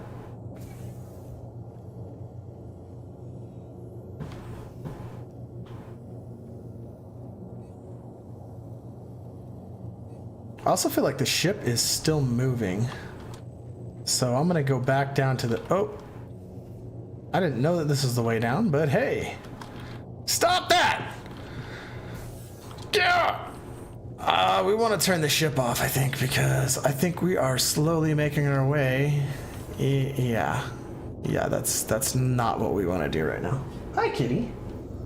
Hello. I got my cats a cat tower, or one of my friends was nice enough to get me a new cat tower from their work, because they work at like a geriatrics facility, and one of their residents had basically decided they didn't want their cat tower anymore because their cat was being super picky, so they bought them a new one, and I got to have the one that their cat didn't like, and it's like a really nice, it's probably like $120 cat tower, like it's super nice. And my cats have been like in a super good mood ever since I got it for them.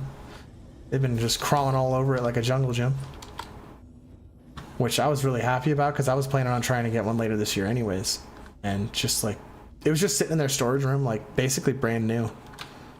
Oh, this is the level I was on. Wait. Okay, we'll go check that out later. What's this way? More lift access. Okay, so that's basically where we came down on the other side. Is this just... Okay, this is starting to actually make sense. I like this layout. This is a neat way to do this. Huh. More engineering panels. We got... So I imagine they're going to have the same thing on the other side. That's probably what that other mind your head thing was. Some more escape pods. What's this?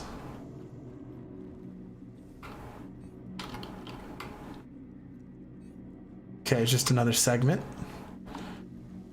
What? Okay, just to another turret. That makes sense. This is a really big ship. Just doesn't have a big purpose in the game.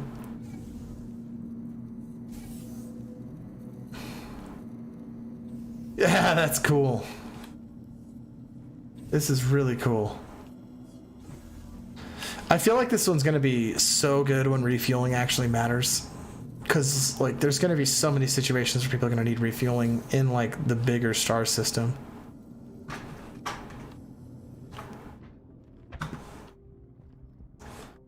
That's... What?! Hold on. That just spits you right out?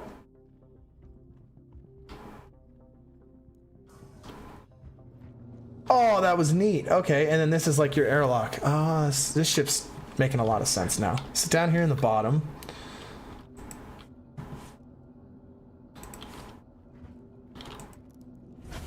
Does this have a ramp? Oh, it does. Oh, wow, you could fit all of the vehicles in this. Holy shite. I'll come pick you up in a minute. I'm actually about to end stream. I'm just kind of finishing this exploration out. And then I'm gonna hop in the Discord and yeah, we'll go from there. Holy shit, man, this has so much storage space.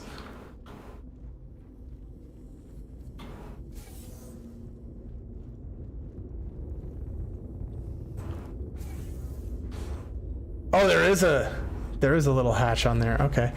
I'm still not seeing where the hell the elevator is to enter this thing.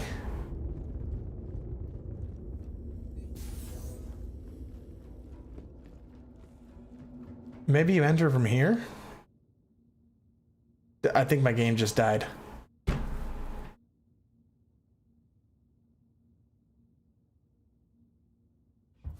Oh! Wow, that was a miracle.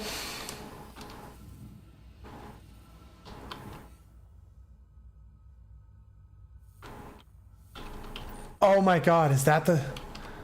That's how you enter and exit it. Oh, that makes so much sense. Oh, what the hell?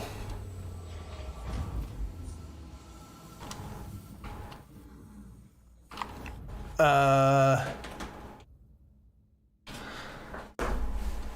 have no idea what just happened. All right, everybody. On that note, I'm gonna call it for this stream. It's been a good solid 3 hours, and I had a lot of fun. Hope you guys had fun too. Again, if you liked it and you haven't already, please give it a thumbs up. I've got maybe 5 hours left of editing on that lore video. Holy crap. It's taken me a long time to get it done because I've had to learn a lot of different things that I didn't know how to do. I've had to learn After Effects, buy and download it.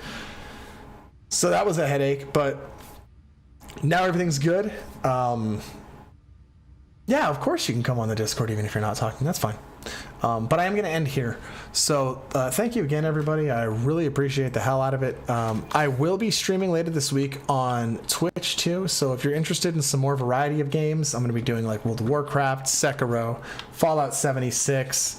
Oh, there's one more, Hades. So there's several things that I'm trying to get posted up on there now. Still working on that path to affiliate, so anything helps.